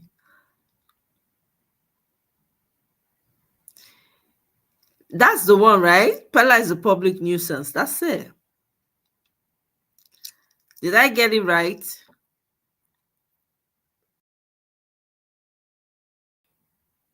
He purposely did that video at night so people won't see the poverty in that neighborhood. Extreme poverty minds. Exactly, Michael. Exactly. Eh? I know they watch him. I just, I see him. He comes on. You know what I mean? I don't watch him, right?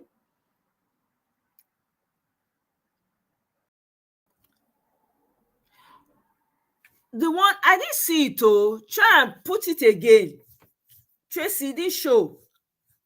The comment not show for my side, though. I don't know. Am I missing comments? I just check out. I don't see your comment about Precious Enyi. Did I miss it? Let me see. Oh, Yemoja was here. Yemoja, welcome. Oh, sorry, oh.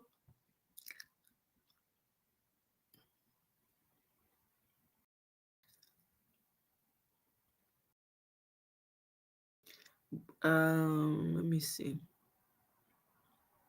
Buhari did like Kabila in DRC, Fulani and Rwandese in the National Army Forces. Same mistakes, same consequences. Exactly.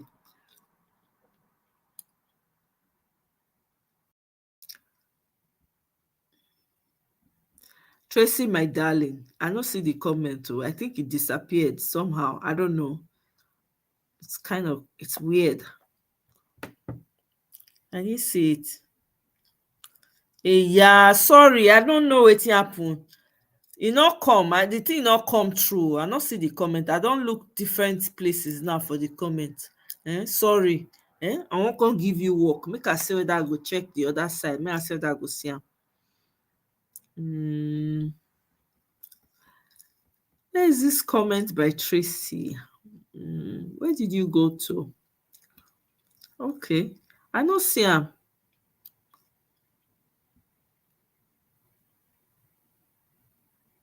Sorry, my darling. Sorry.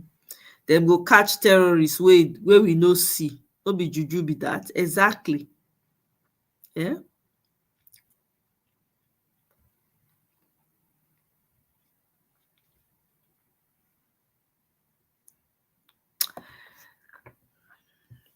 Why are they yelling to the minister incoming? What does it mean? What is he incoming to? Where is he coming to? Is it not Pella encouraging young girls to? Okay, I've seen this comment.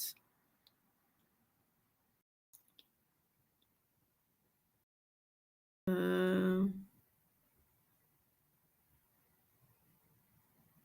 me see. Guys, I'm sorry. I'm trying to catch up with the comments.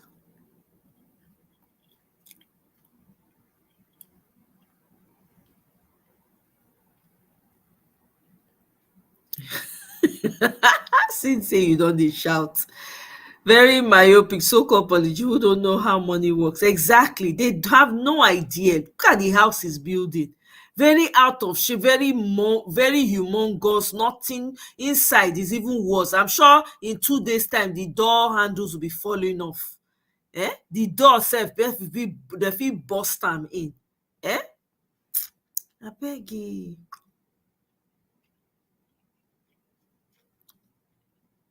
Did you see the video of Ruto making a speech that starting from December, all children born in Kenya will have, are you kidding? Are you serious? Will have a microchip implanted in their head instead of birth certificates and bank cards? Is a lie. Ruto You sure say na Ruto be that or na another person dey inside Ruto? Hey, Kenyan people don't enter one chance. And Kenyans are strong, they've been fighting. Hey! Oh, Salo boy. Are you serious? Oh my God. Please, they should not let it happen. Oh my goodness. Kenyan people have been fighting. I have so much respect for Kenyans.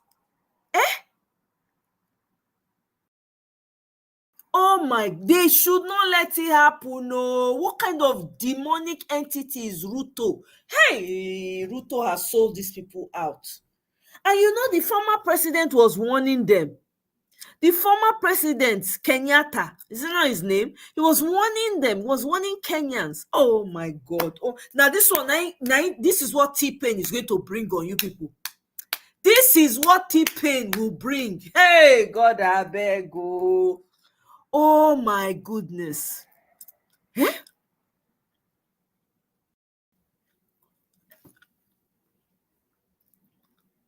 No wahala. Tracy, you don't need to write them again since I not see him. I'm very sorry. I don't know it happen. Hi, he's an agent or another T-Pain. Eh? I'm telling you, they need to fight him. They need to do. Hey, God, I beg you. These African politicians, and I'm telling you, Western currency, dollar, pound. While the Europeans are giving them digital numbers so they can unalive Africans, take their resources. I'm telling you. He made a bold speech. Oh my God.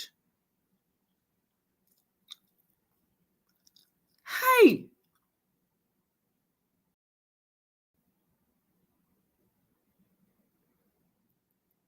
Oh my God. Kenyan people will not accept. Oh, those people, they don't, the kind of respect when I get. Kenyans are the real giants of Africa. Oh, I'm sorry. Hey, I don't, who call Nigerians, who give Nigerians giant of Africa, please? Who talk am? Who talk am? Hey, God.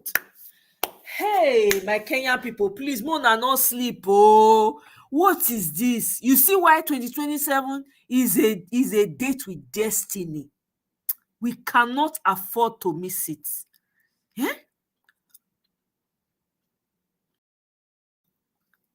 I'm telling you. Hey, I hear they have moved their offices to Kenya.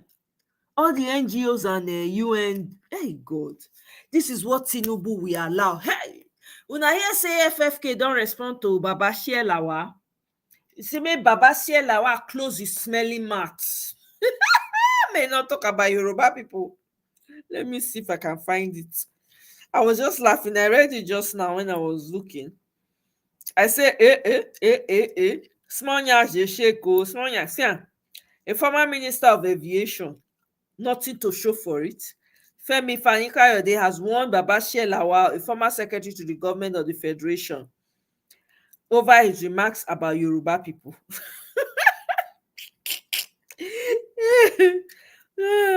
Let's see. No read them. No read them for now. He said, in an interview this week, Babashir claimed that Yorubas cannot be trusted. According to him, if you participate in a meeting where 99% are from the tribe, they will likely finish the discussion in their language. Babashir added that the problem with the Yoruba is that when you support them and they win, they behave as if they have subdued you. They will not count your support.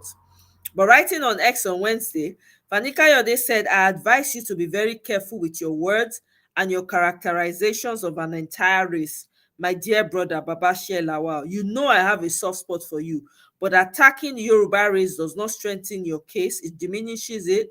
It diminishes you, weakens your argument, and destroys your credibility.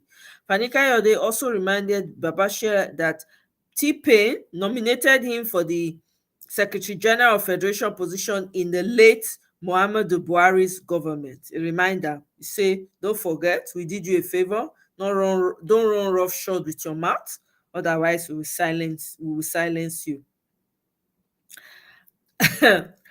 Then somebody now reminded FFK in his comments, it is not Babashir that made this post in the past. they shared a post that Femi Fani-Kayode wrote in 2019. Since the first time the word Yoruba was used as a generic term for all the people of Southwest Nigeria was in the 19th century by Bishop Samuel Ajayi Crowther. He did us a disservice there, given the fact that it derives from the word Yariba. You remember, Yariba is a word from the north, and it means cunning people, sly people. So that was what the northerners referred to Yoruba people as. So, and they were called Yariba, okay, which the Hausa Fulani used to describe Yorubas, right? The meaning of the word Yariba is usurper, deceitful, shady, treacherous, cheating usurer, and double-dealing bastard. I reject that name. The good people of the Southwest are Anagos or Omokaro Jires or Moluabis or Oduduans, and we are not Yaribas or Yorubas. Hey, God. Hey, whoa. You are protecting Yoruba when your sons are Igbo. You know, Femi Fani-Kayode now, so yellow Igbo women they look for. Oh, God. Oh, my goodness. People are reminding him of his comments, and they are reposting it for him to see. It is so sad that a man of that status would use. No, that's not it. T-Pain don't drive division for Nigeria, not be small. And the ignorant ones just they carry am for head, they run with her. They run with her. Ha! It's crazy.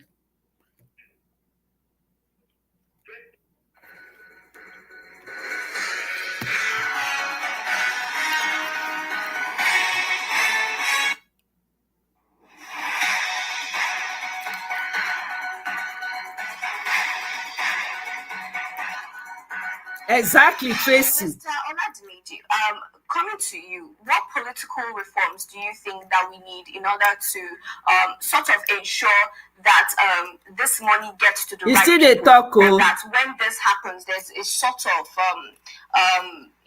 punishment that comes along with it? Yeah, thank you very much for that question. But maybe I should rephrase that question for myself. Never mind. I thought it was something I wanted you guys to hear. Never mind. Let me see. Let me catch up with these comments.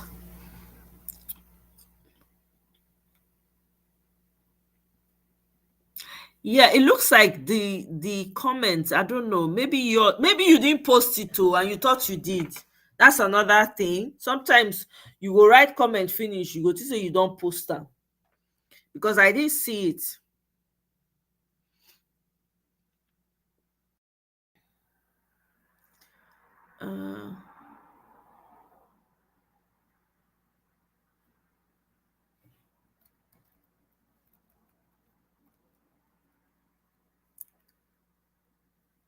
Let me see.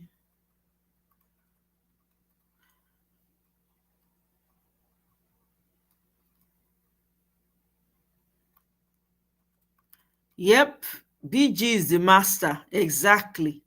He must have collected so much money. Oriyomi, I really want them. Let them not agree. They are the real coconut head of Africa. Respect to my Kenyan brothers and sisters. Honestly, you guys make me so proud. Kenyans are the real McCoy. They are the real. The spirit of Mau Mau is in Kenyans. Their ancestors fought fiercely, and it dey inside them. You can tell. Now Kenyans be the real giant of Africa. When Kenyans they talk, Nigerians should go and start sit in the corner. I beg. Mona not talk.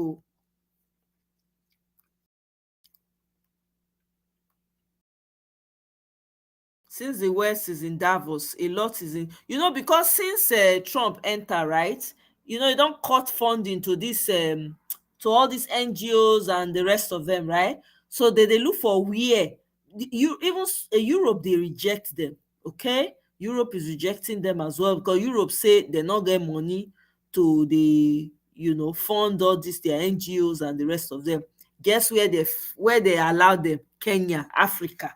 This is why we need to get our countries back. These people don't mean well. They don't mean well. Why is Busy so obsessed with Africans? That guy is another, my dear. Can you imagine somebody having the audacity to come and vaccinate, to come and give your people contraceptives to prevent your women from giving birth for 8 freaking years? You know what that means? You kind of, oh, you see they talk, oh, Sid. Tons of Kenyan social media personalities have been warning Kenyans about the fact that Kenya is being used by the Zionists exactly as an entry point into Africa. You know another thing that is happening now? The people when they day Israel, okay? No one mentioned their name. When I know their name.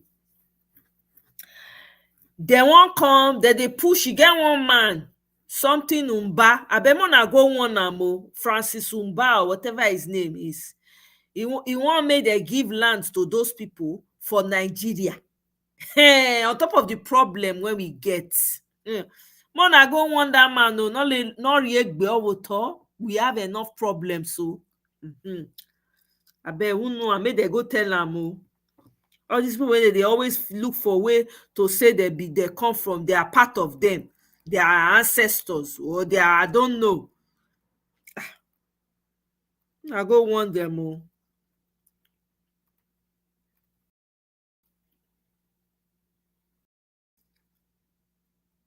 Yeah, they moved offices there, transition. They did.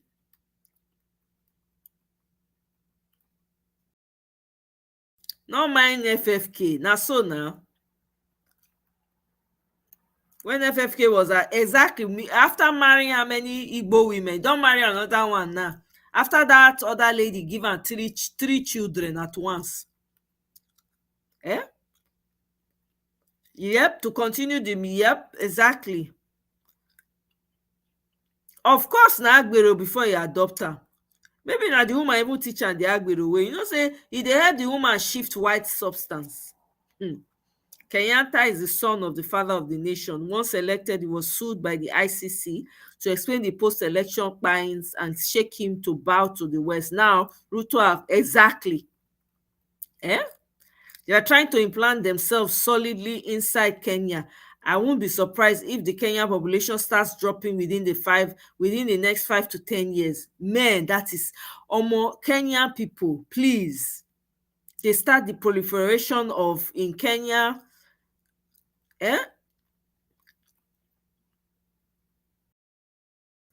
You posted it. Okay, did you guys see Tracy's comments? I beg, about Precious. Who saw it? Can somebody copy it for me? Maybe screenshot it and repost for me to see or something. Or Michael, you see I beg, let me check whether you see Tracy comment about Precious. You feel screenshot and send them to me, I beg. If you send them to my WhatsApp, I go appreciate. Because I'm not sure if you post the screenshot for my comments. Because I don't see them.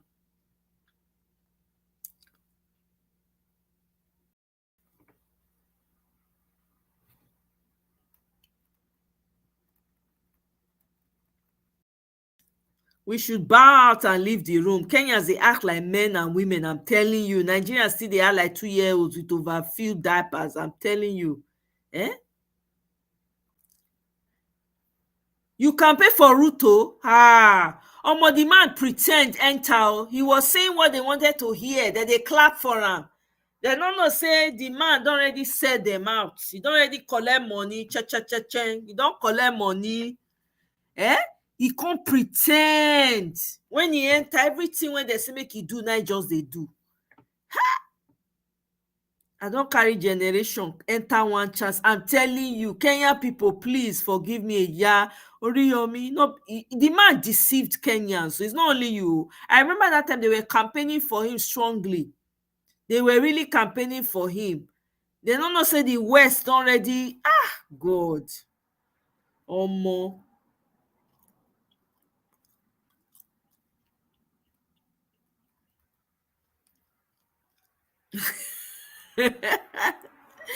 Tracy, they abuse you. You're a disgrace to the generation. Oriyomi, accountability. Thank you, Oriyomi. You are forgiving. Yeah. But I beg, help us put mouth. Anywhere you see anything happen with Kenya, put mouth so that you go fit. Since you help them campaign, bring her in, go follow the dragon, make it come out. He send their soldiers go Haiti. Go they fight war when the Haiti not get any business with. When Kenya not get any business with. I never see this kind of thing before. Send their soldiers go Haiti, me they go they fight their own brothers and sisters. If you know as that thing, they pain me. Ha.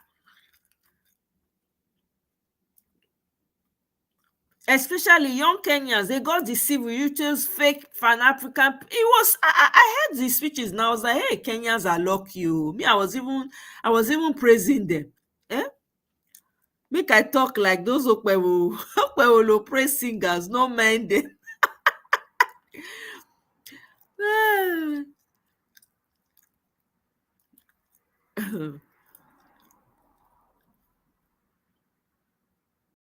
You know, with PO, we can do anything. I'm telling you, we need to, I beg. Hey, we need to collect our country. Now, everything now, na PO fault, Abi. Oh, my goodness. My people, this is a great place to leave it now. What do I think? So that I go fit come out tomorrow. If you not keep me longer than this, I know if you not come out tomorrow. Unless na so na one time. If na so na one time, no problema. No problema.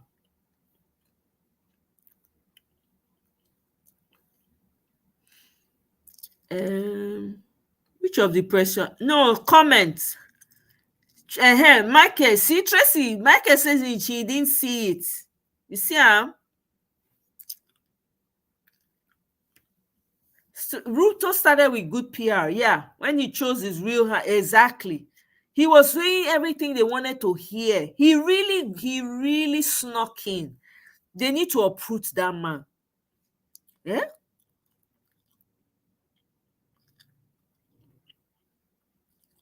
Kai.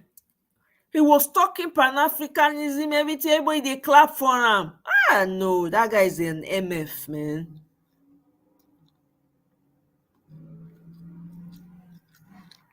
Hey, Mikey, I better not talk again. No. Transition, good night. Thank you very much. You too. Be well, sis. We'll talk soon. Oh. Sid. Oh my God.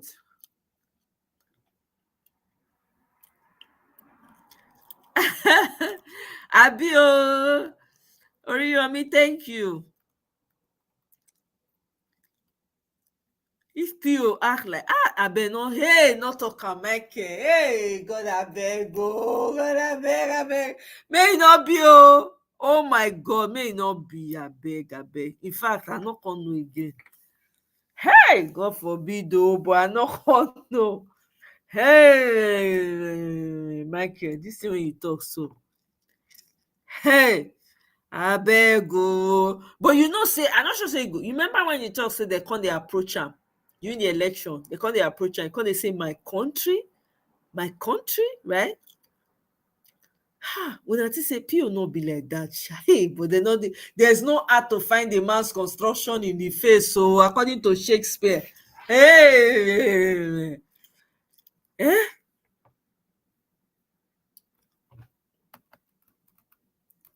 I need to hear something positive.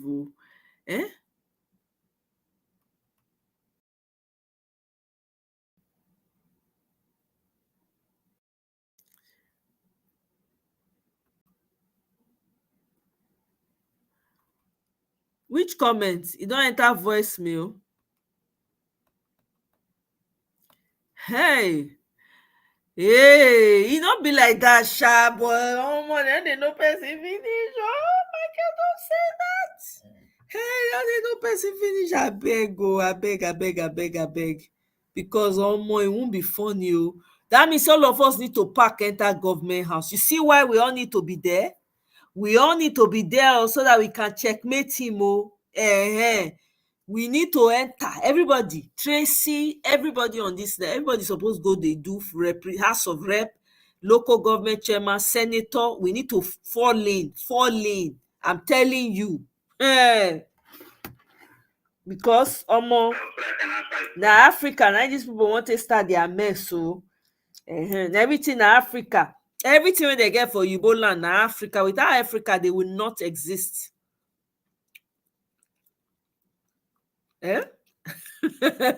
Sid say we need police to find the Tracy comment. I guess you wrote on pen.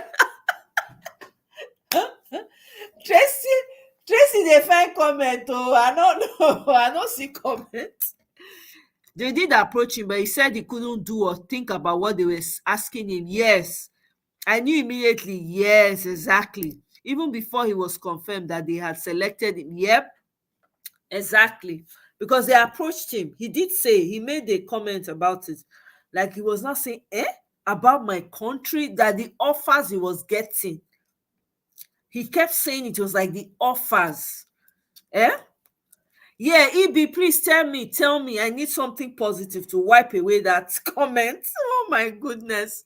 The thought of it. Good night. Oh, I better go ready for work, my sister. Go ready. You fit send the comment to me, Tracy, for email now. Because it be like say you really wanted me to sit. I beg. Send that to me now.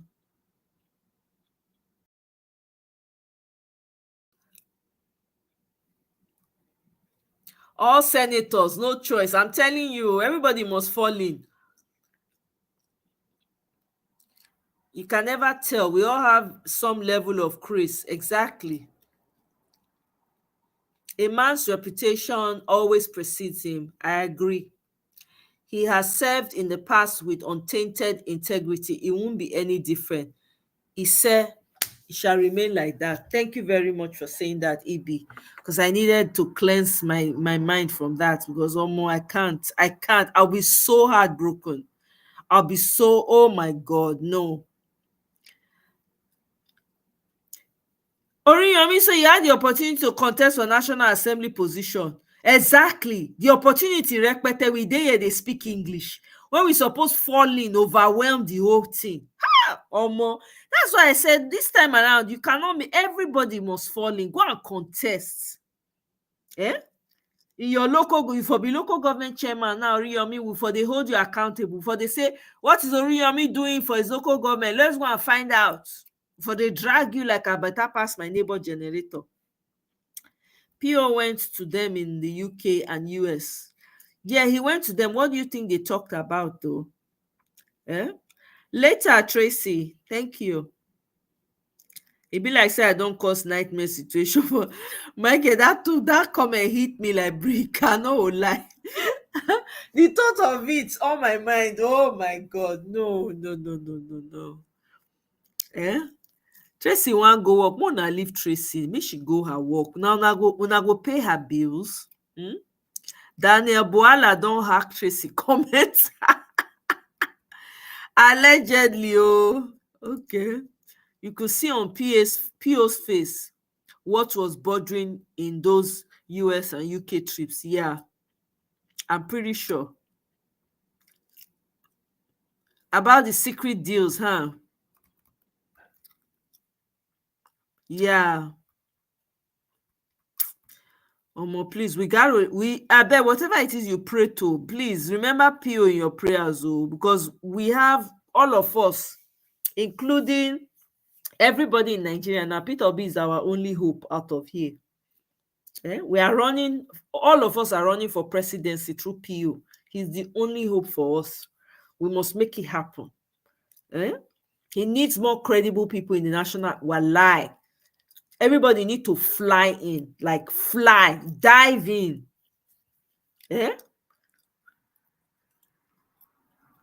Exactly. That's why, yeah. So to your point, right? So this is why I think you just gave me something to think about. This is why I think he's not going to be like that, because he's had the opportunity to get the country to go in a direction and he chose not to, right? And I don't think he's had that integrity for a while. It's not going to change. You see how hard he's working? He's working so hard. Since election 2023, he has not given up. That man has been working hard. Now it is clearer the reason why. It's now making sense why he's working so hard, because he does not want to have to deal with this. He doesn't want to have to give up the country like that. So it makes sense now. You know, Oriyomi, go and take form. Oh, no darling. Everybody, Michael, Guy, Kene, Tracy, everybody need to go collect form. Not be mouth to. As soon as we know, everybody need to dive in. You must go collect. Anyway, guys, let's leave it here for now. Make myself go sleep. I'll go see you now tomorrow. I probably will come out early tomorrow morning. I'm not sure. It depends. We'll see how it goes. But I want to thank you guys for coming by. Appreciate you all. I will see you guys on my next one. Look how he was convincing at Chatham while T-Pain messed up big. Despite that obvious failure, Rick Bag was secured. Of course, because they already made up their mind who they wanted, who they would use. You know? So, guys, it's been real. I appreciate you all. See you tomorrow. Have a good night. Dankolu, exactly. He's more in the news now because he's the one that people want to see and talk about. Everybody's talking about Peter Obi. Everybody wants him.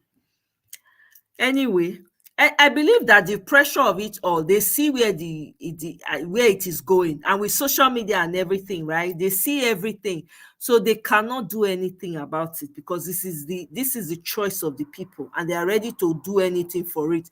If we prove that in this election, and trust me, they will not get any power. No amount of money, nothing will fit cause them. Yeah. Thank you so much, guys. I'll see you on my next one. Bye.